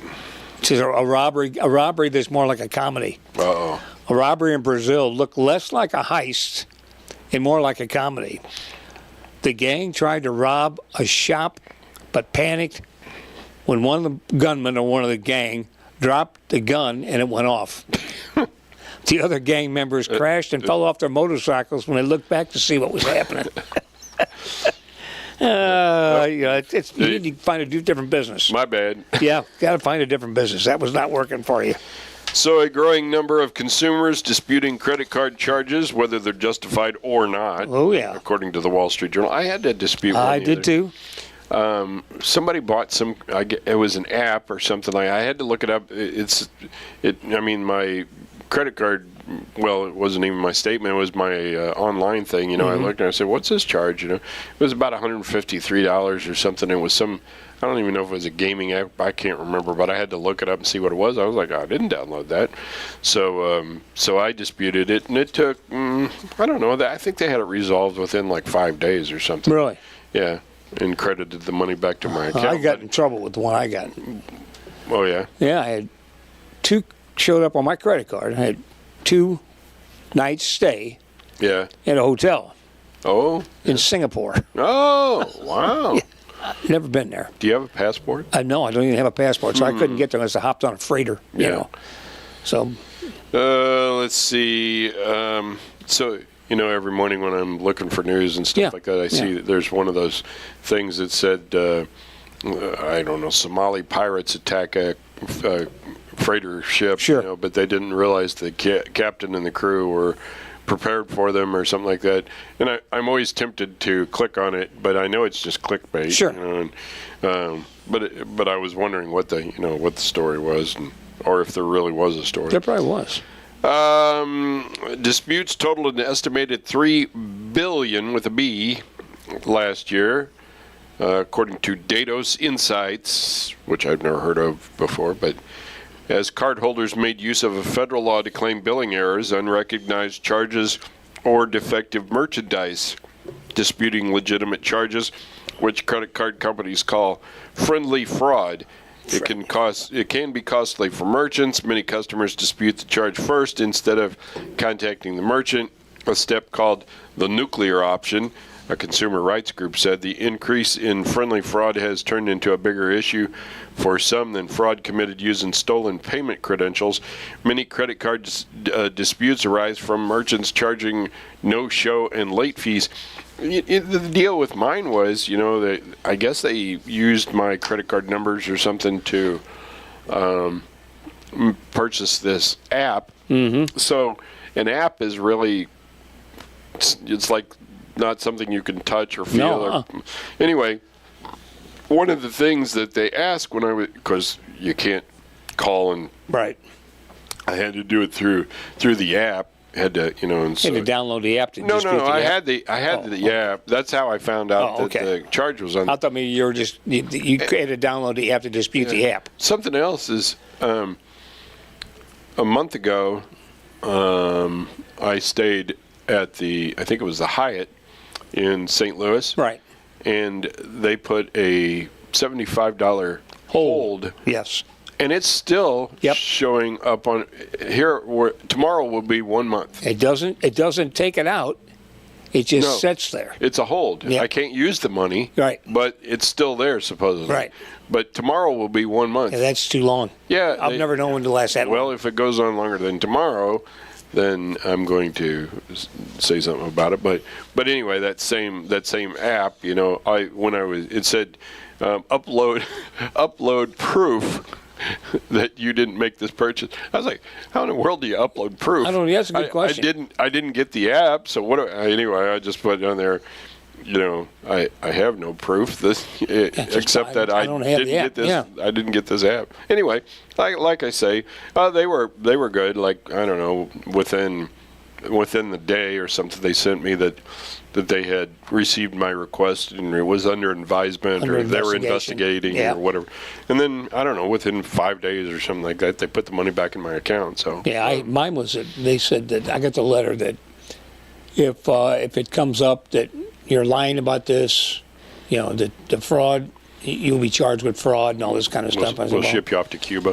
Yeah, we shipped you off to Singapore. Oh, okay. Since I'd never been there, I didn't know.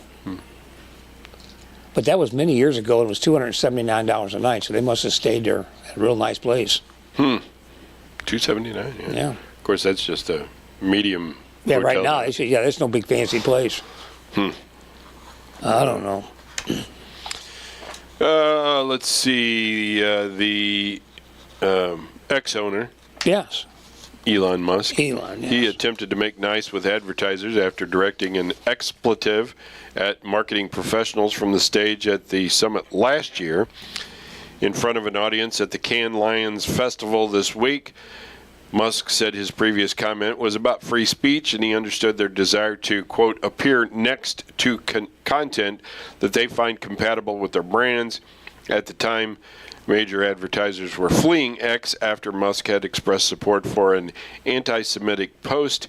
This year, Musk highlighted X's advances in AI-driven ad targeting and its influential user base, urging advertisers to reconsider. National ad spending on X is down 65% since May of 2023 compared with the year before, while every other social media outlet gained. The information reports citing data from Guideline. Ex-CEO Linda Vaccarino is also at Cannes trying to woo advertisers, touting initiatives such as sports docuseries. Ooh. Got any birthdays? All right, you ready? I'm ready. You ever hear of this guy? Alexander Winton, Winton. Yes, he was my next door neighbor back. No, never. It's kind of neat. Never I didn't heard know of that. him. He was a Scottish American automobile pioneer. Really? Designed and sold the first gasoline automobile in America. Huh. Pretty neat, huh? You ever heard of this guy? Errol Flynn. Errol Flynn. Errol Yes. Flynn. Yep. Yeah. Captain Blood, Robin Hood.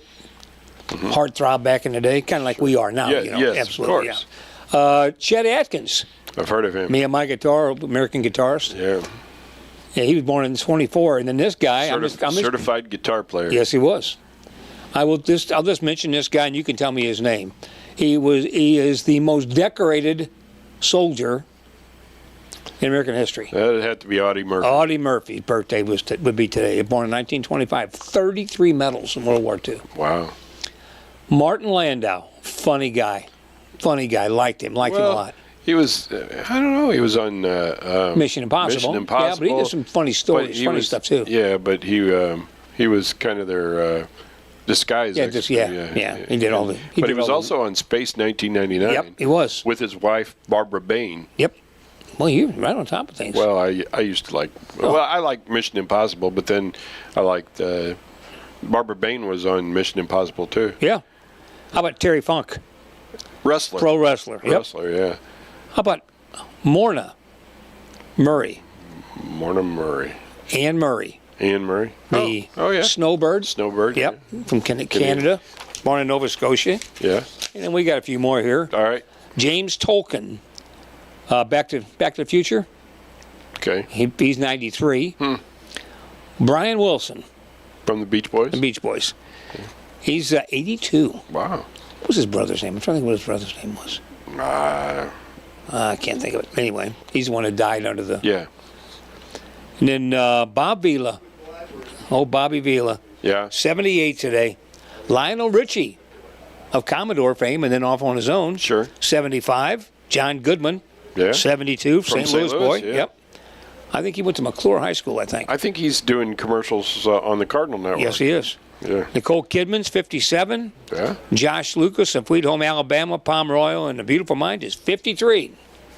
Let's see what we got. We got any more on her.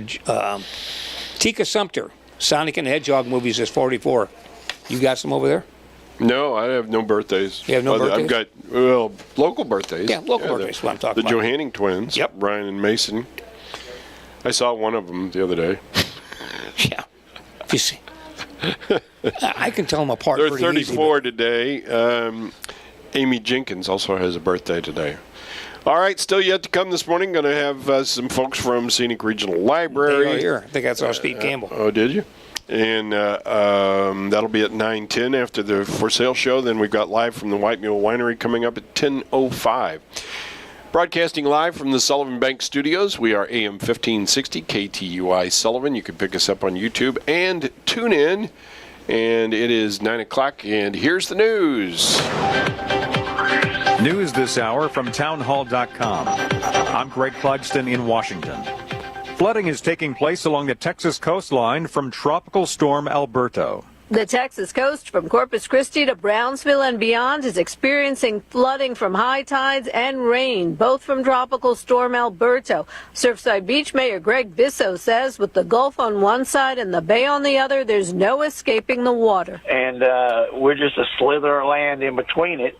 And like I said, on the west end of the island, it's almost completely underwater.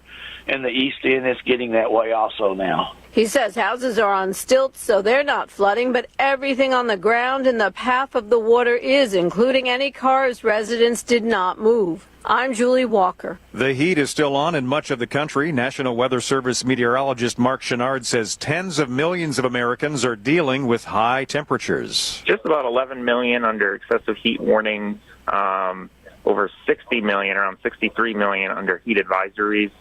And then another 14 million or so under excessive heat watches. So, yeah, pretty large number under some type of heat advisory or warning over the next couple days.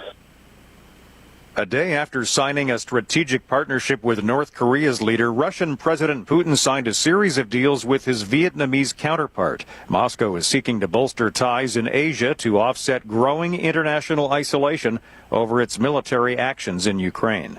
By the start of 2025, all public classrooms in Louisiana must display the Ten Commandments. That's according to a new law signed by the state's Republican governor. The law requires a poster of the commandments in large, easily readable font in classrooms from kindergarten to state-funded universities. More on these stories at townhall.com.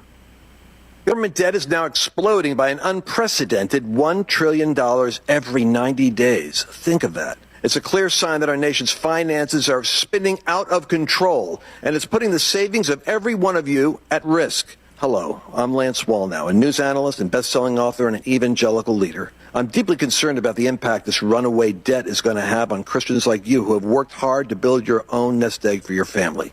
To protect your financial future in these uncertain times, you need to diversify with something tangible and proven, like physical gold. That's why I recommend a gold IRA. To learn more, text FAITH to the number 989898, and my friends at Birch Gold Group will rush you a free info kit on how to move your IRA or 401k to physical precious metals, tax and penalty free. So don't wait. Just text the word FAITH to 989898 to get your free info kit on gold IRAs. Birch Gold Group is the only company I trust. There's no obligation. So text FAITH to 989898, and I pray this information helps you achieve prosperity and peace of mind. Snapchat will pay $15 million to settle a lawsuit brought by California's Civil Rights Agency. The California Civil Rights Department accused Snapchat of discriminating against female employees, failing to prevent workplace sexual harassment, and retaliating against women who complained. The settlement covers women who worked for the company in California between 2014 to 2024 and is subject to court approval. Snapchat says it disagrees with the agency claims, but that it decided to settle to avoid costly and lengthy litigation. I'm Lisa Dwyer. The Oakland, California Police Department says a Juneteenth celebration turned violent this week when several people were shot. Police say the event was largely peaceful, with as many as 5,000 in attendance, until a sideshow involving motorbikes and vehicles took place. Several people were taken to the hospital. News and analysis at townhall.com. The number of Americans applying for unemployment benefits slipped last week. The Labor Department reports jobless claims fell by 5,000 to 238,000 from a 10-month high of 243,000 the week before. The 4-week average of claims rose by 5,500 to 232,750, the highest since September. Weekly unemployment claims remain at low levels by historical standards, a sign that most Americans enjoy unusual job security. That's correspondent Jeremy House. More than 3,000 nurses at 6 Oregon hospitals have spent a second day on the picket lines as they continued to demand fair wages and better nurse-to-patient ratios. Hundreds of nurses carrying signs walked the lines yesterday at 6 Providence medical centers across the state. Organizers say it's the largest nurses' strike in Oregon history. More at townhall.com. 30s. From the KTUI WeatherBug Weather Center for today, sunny with a high near 92. Tonight, mostly clear with low around 68. Tomorrow, mostly sunny with a high near 93.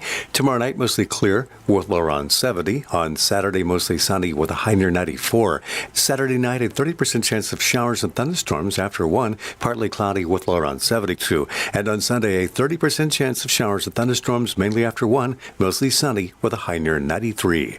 For KTUI, I'm Mark Winston.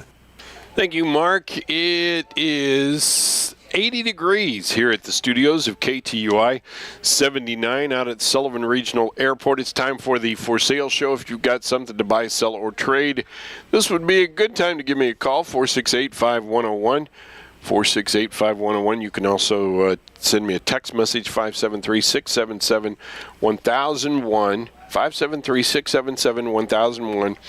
You can also email me, and you can send it to forsale@ktui.com. Forsale@ktui.com. All right, my list of items, Echo GT 200R string weed eater. It runs good. They went $45 for it. The number is 636-234-6213. 636-234-6213. Some seasoned firewood for sale. Got a half cord for $90, a full cord for $175. It's oak and hickory. You need to pick it up. It's in the Cuba area. 314-795-2475. 314-795-2475. Mike Bittner's got his motorhome for sale. It's a 2019 Jayco Class C 29 MV. He's wanting $75,000 for it. It's a beautiful motorhome. It's been well taken care of. And he's also got a 2017 Chevrolet Equinox. It's only got 45,000 miles on it. Wanting $19,000 for it. It's set up for towing. I mean, he's got the whole tow package for it. So if you wanted to get into a motorhome and a towable car, it's all one package there. You're ready to go. You could buy it and put your stuff in it and go tomorrow. Mike, you can call him right now at the radio station here, 468-5101. You can call his cell phone, 314-210-7402. 314-210-7402. I got a home gym. It's an exercise machine. It's got 85 pounds of weight on it. 468-4068. He's asking $50 for it. 468-4068. Woman's got a couple of Model 67 bolt-action rifles. 573-764-4435. 573-764-4435. And another woman's got a couple of gun cabinets. One's holds 8 guns, the other one 6. And she's got a sewing machine. 573-575-4258. 573-575-4258. Then Shelby's got healer pups. They're about 11 weeks old now. They've been given 2 rounds of shots, and they've been wormed. You can call 573-457-8505, or you can leave a message. She is asking $200 for them. 457-8505. Leave a message. She will get back to you. All right, 9 minutes past the hour of 9 o'clock here on a Thursday morning. That's it for the for sale show. That's all my list of items anyway this morning. We do this every morning at every weekday morning anyway at 9:05.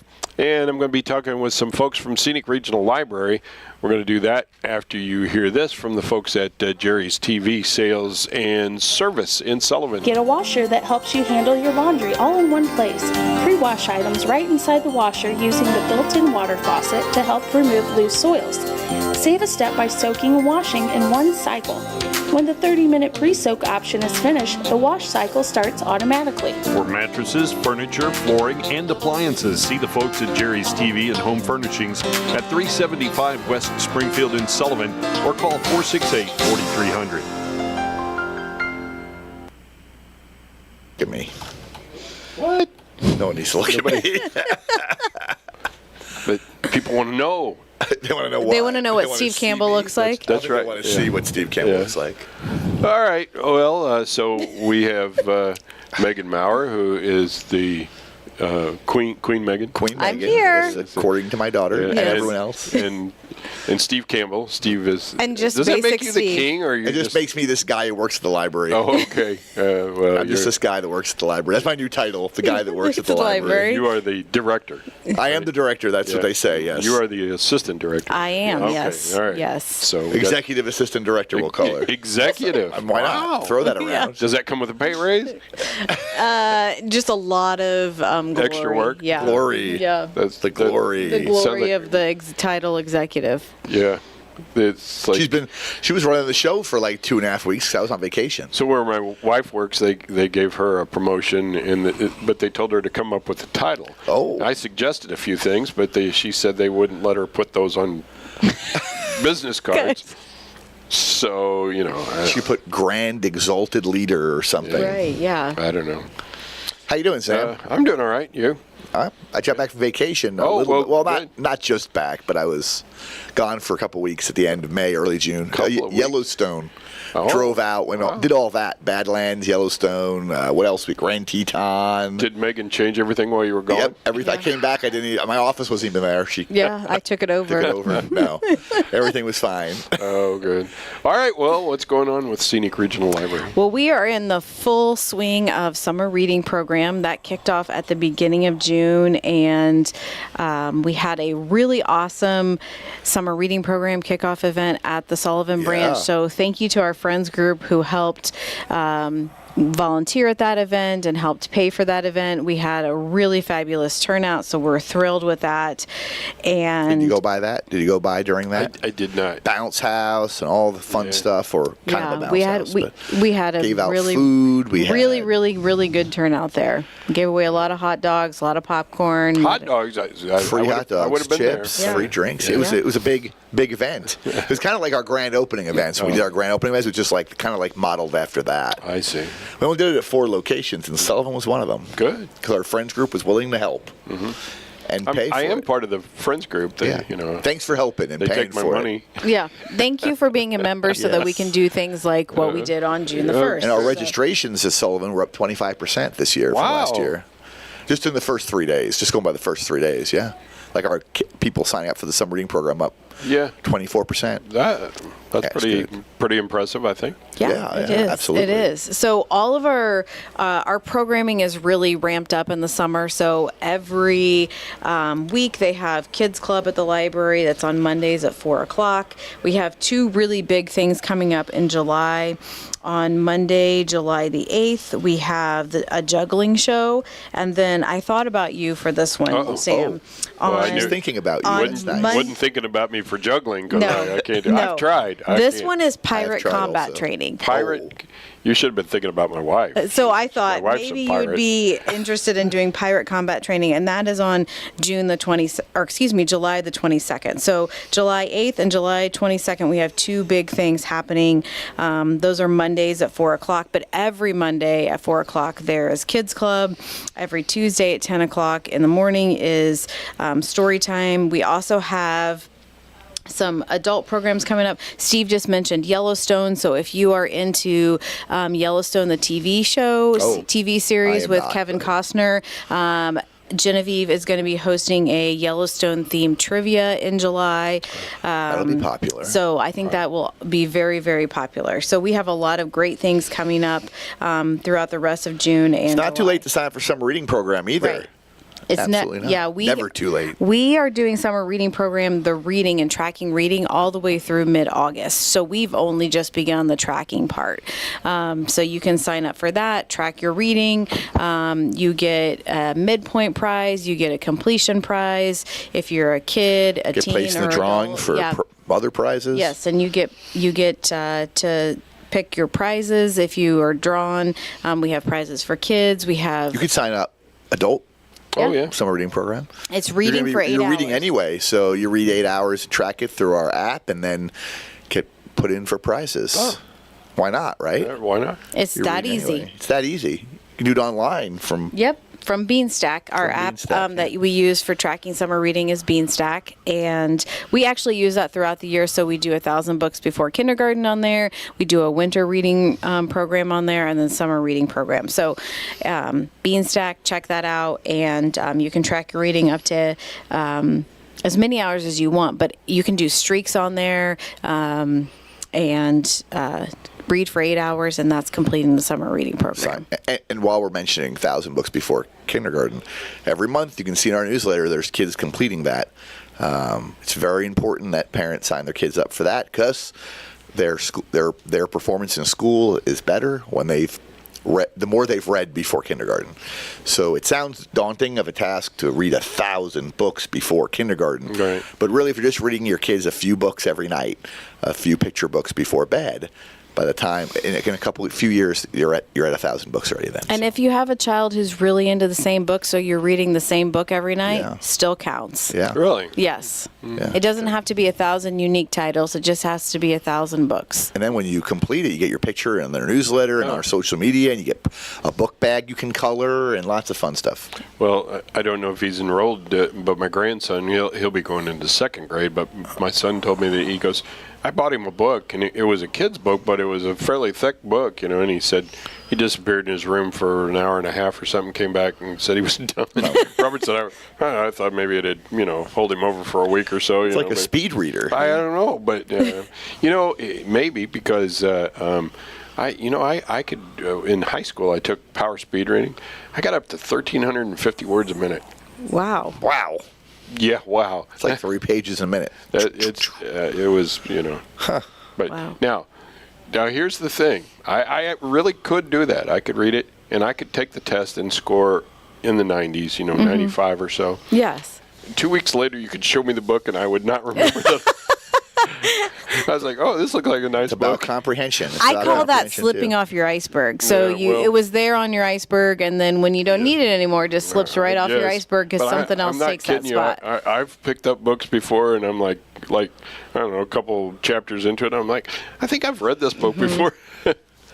Yep. I've known people who've tracked title and author of all the books they've read because they read so much that they forget some things they've read. I don't understand that quite. Yeah.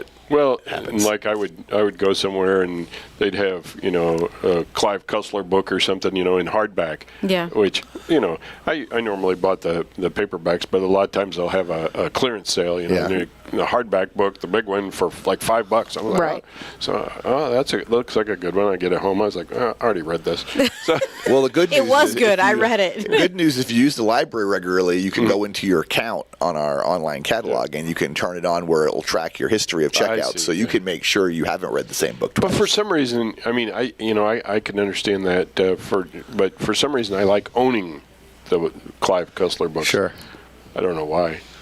I don't do anything with them. You just like to know that you have it. Yeah, it was like, when I was a kid, we had the entire Zane Grey. Mm-hmm. I read all the Zane Greys, so now when somebody says Zane Grey, I'm like, eh.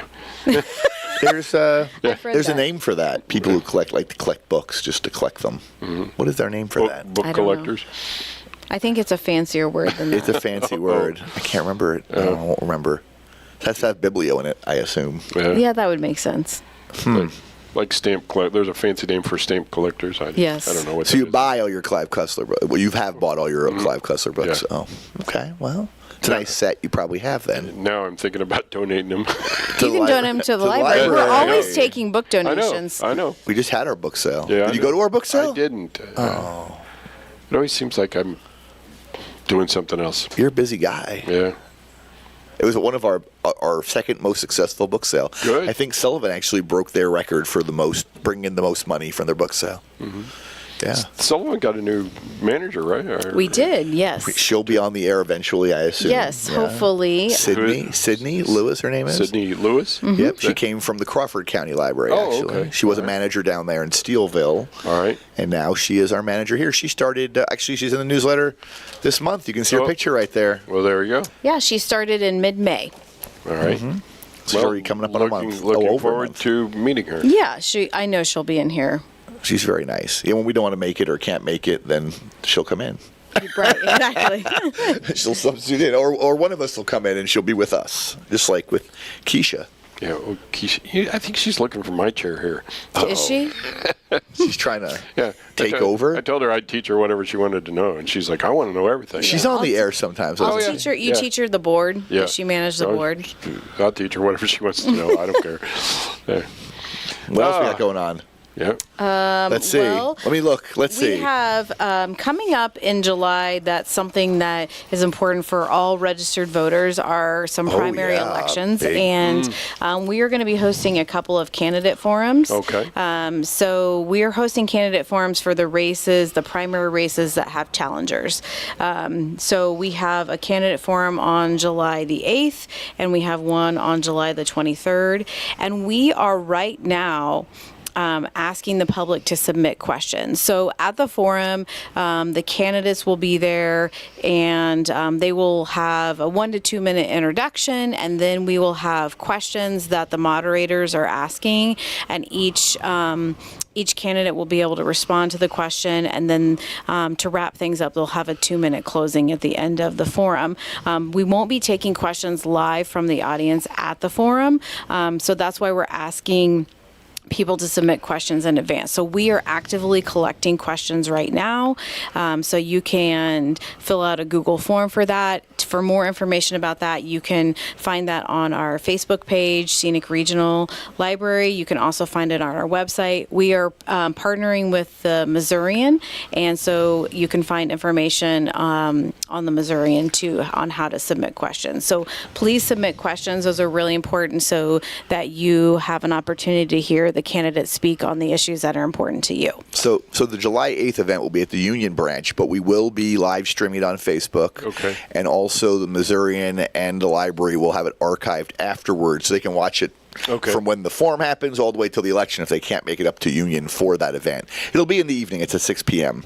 But the first forum on July 8th would be 2 races. It'll be the District 119 House of Representatives or Missouri House of Representatives race, which is between the incumbent Brad Banderman and his challenger, who's Raphael Madrigal, who is a city council person in Pacific. Yes. And he's running against him. And so they'll be at the forum. And then we originally were going to do the forum for 2nd District Commissioner between Dave Hinson, who was the commissioner, who abdicated his throne, just resigned, but will remain on the ballot. Yeah. And then Ken Cox, who is... I met him the other day in the parade, yeah. Oh, you did? Okay, yeah, I've met him too. He's a nice gentleman. He'll be the challenger. He's running against Dave Hinson. So... of course, Dave Hinson will not be at the candidate forum. He will already move out of state. Fire chief in Colorado. Yeah, he'll be already out there. But Ken will still be there and still answering questions because it's kind of a competitive race still. If Ken Cox doesn't win, He will not appear on the November ballot. If he does win, he will. So it's a very unusual situation. Right. We've never really had that around here, from what I understand. So anyway, so they'll be there. That'll be that race. And then on, don't we need to tell about the other one too? Yes, please do. On July 23rd, which is a Tuesday at 6 p.m., we're going to be partnering with the Missourian, as Megan said, but also with the Washington Public Library. And that event will be at the Washington Public Library, but also, once again, live streamed on social media, as well as archived then on YouTube, which you'll be able to see on our website as well as the Missourian's website. And that will be for the first commissioner race between Todd Boland and Paul Overschmidt. And then at that same event, we'll have the District 109 House race between Kyle Marquardt, who's the incumbent, and John Simmons, who actually held the position for 2 terms before Kyle Marquardt. So a big showdown between 2 experienced candidates. So those are our 2 forums. So I hope people can either show up or submit questions or watch us online. All right. Anything new coming up for the live? I mean, you guys always doing new things. Let's think. Any new non-traditional things, or We don't have any non-traditional. We did our things. grave cleaning program. Oh, yeah. Down How did that here. go? So, well, we had about, I think, 5 or 6 people. 5, I think. Which we have enough materials for in Franklin County for up to 20 people to come. So we're trying to get the word out, but it's going to be rotating between New Haven and Sullivan, because those are the 2 branches that want to do it. So in June it was in Sullivan, and then it'll be here again in August. So if anyone's interested in participating in that, call your local branch. It'll be on a Saturday. I think it's from 10 a.m. to noon. I want to say it's the 3rd Saturday is Franklin County's. But we have a website. It's a web page for this. It's scenicregional.org/grave cleaning, and it'll have a video on there showing, a couple of videos actually, showing the process. It'll show you all the supplies you're given, what time it is, what cemetery it's going to be in when it comes back here to Sullivan in August. So you can register for that and participate. It's kind of fun. I've done it before a couple times when we were kind of testing things out. But it's amazing how much in only maybe an hour you can transform a headstone from being covered with a bunch of lichen and mold and all this and algae to or algae, fungus, I guess. I don't know what is it. All the things that are on it, the biological matter that's on it, fungi. How much you can transform it from what it was before to an hour later. It's like a night and day difference. It's amazing. I believe they just did the Clark family cemetery in Sullivan. Does that sound right? Probably. Near the eye doctor's office. Yes. And they had enough participants that they cleaned every headstone in that cemetery. So that's right. That's what Genevieve said in the email. So that's that's they may only had about 4 people, 4 or 5, but they did get the whole cemetery clean, they said, in the 2 hours. And so they'll be doing a different cemetery, of course, next time in August. So if you're interested, it's kind of fun. It's kind of something that everyone should do at least once, I think. And it really preserves the gravestones, makes cemetery look nicer. There's a lot of benefits to doing it. And all the chemicals we use are environmentally friendly. We're not killing grass around the cemetery or anything like that. These are approved by whatever the organization is that approves such things. I can't remember off the top of my head, but because there's some other options. We looked into some other less expensive options for the chemical, and when I looked them up, they weren't really something that was endorsed by the organizations that kind of could oversee those things. So we use D2, something called D2. Okay. So you spray it on there and it kills all that stuff. All right. So you're going to do one of those, you think? I don't know. It's kind of interesting. Yes. Yeah, I know. It's a big trend now on social media with I've seen TikTok and Reels. And some of the videos, Yeah. Yep. You want more? Well, if you got more stuff. What else we got going on? Grave cleaning, candidate form, summer reading program. We are currently giving away gun locks at all the libraries. So we've done that in the past, but we have been able to partner with the Veterans Crisis Line, and they provided us with gun locks to give away at the library. So we have those available. Just go to the circulation desk, checkout desk, and ask for a free gun lock. And now, are these? Do you know if they're trigger locks, or are they the trigger locks? These are the barrel. These have the long. Yeah, they're a they different style. Yes, they have the cable. In the past, we've had trigger locks. I was going to say the other ones we had trigger locks. But these actually have a cable, and if you're not sure how to use it, it comes with instructions on how to install run the cable it through the barrel and lock it. And so we've got those, and we've also still have medical misuse prevention supplies, so you can come to the library and ask, and we have the books that lock so you can secure your medicines. That also comes with a bag of to dispose of old medicines. It's called a Deterra bag. It's very easy to use. You throw your old pills in there. There's a charcoal cube in there. You add water to it, close it back up, shake it, gone. So it's very, very easy, and you can get all of that for free at the library. Just ask at the desk, and staff will pass that to you. And they're provided to us through multiple organizations now. Right, multiple coalitions, really under the umbrella of Prevent Ed, but we have several anti-drug coalitions in Franklin County, and that's where we get the funding for that. People always ask if we're using taxpayer money for that. We are not. They're all provided to us for free. Well, good. But also, we mentioned the book sale earlier. If anyone has books, even though the sale just ended, this last sale we were pretty good. The 2 sales before that, we were kind of light on books. So we kind of asked people, not just books, but materials in general. We asked people to donate all throughout the interim between the 2 book sales. And we actually did get more than enough for the sale. So we're putting the word out again. If you are this summer, if you're cleaning out your garage, your basement, or anything, and you have a bunch of books you're trying to get rid of, bring them by to your local library branch. All right. All right. Well, good to have you guys in. Yeah, good seeing you. We'll talk to you again next month, or somebody from the library. Yes. Hopefully we'll bring Sydney in, but if anyone needs more information about anything, you can stop by our branches, call our branch, visit our website, which is scenicregional.org.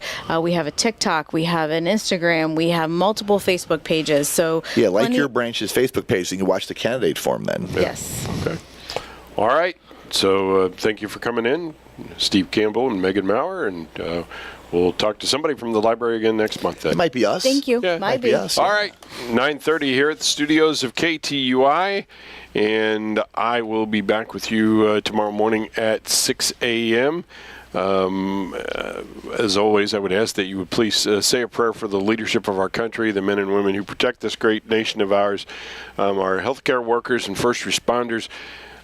Please be a blood donor. Go to redcrossblood.org. And, all you have to do is put your zip code in there. They'll tell you where the next closest blood drive is. You can also download the app to your phone. Be an organ donor. And Mike Gallagher is up next here on KTUI.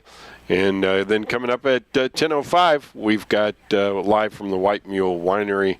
And Grace just texted me and said, it will be live this morning. So stay tuned. A single mom going through college, and I probably wouldn't be paying student loan debt now. Those job centers can also help Missourians get free online college classes to help them find better jobs. This is Missouri Net.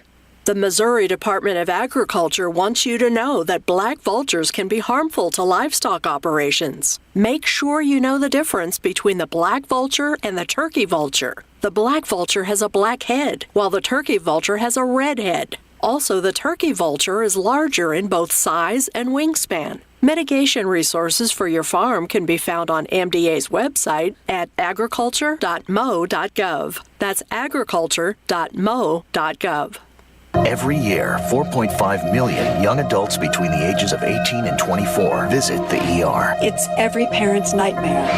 Umergency gives you all the tools you need to quickly and effectively manage your family's emergency. Umergency provides instant access to vital resources, customized to your student's campus and local community, digital consent form, and built-in urgent alert button. Umergency gives you peace of mind when you need it most. Download your Umergency app now. Having enough food is a concern for many Missouri families and isn't restricted to rural or urban areas. As many as 1 in 7 Missouri children face food insecurity every day. To ensure Missouri kids have the food they need to thrive, Missouri's agricultural community launched Drive to Feed Kids in 2017. Visit mofarmerscare.com/drive and learn more and join the effort.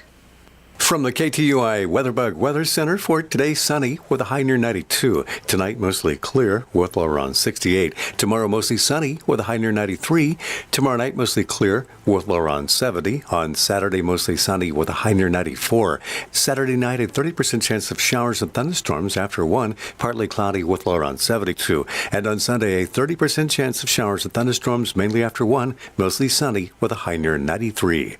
For KTUI, I'm Mark Winston. KTUI time is 9:33, and the current temperature is 80 degrees. I'm Sam Scott for KTUI. States that suddenly all the Hispanics are going to vote for Joe Biden. And in fact, what you're actually seeing in places like Texas is Hispanics. They're overwhelmingly coming out in favor of Trump. Subscribe to the Trish Regan podcast today on Apple, Spotify, Google, YouTube, Rumble, or at SalemPodcastNetwork.com.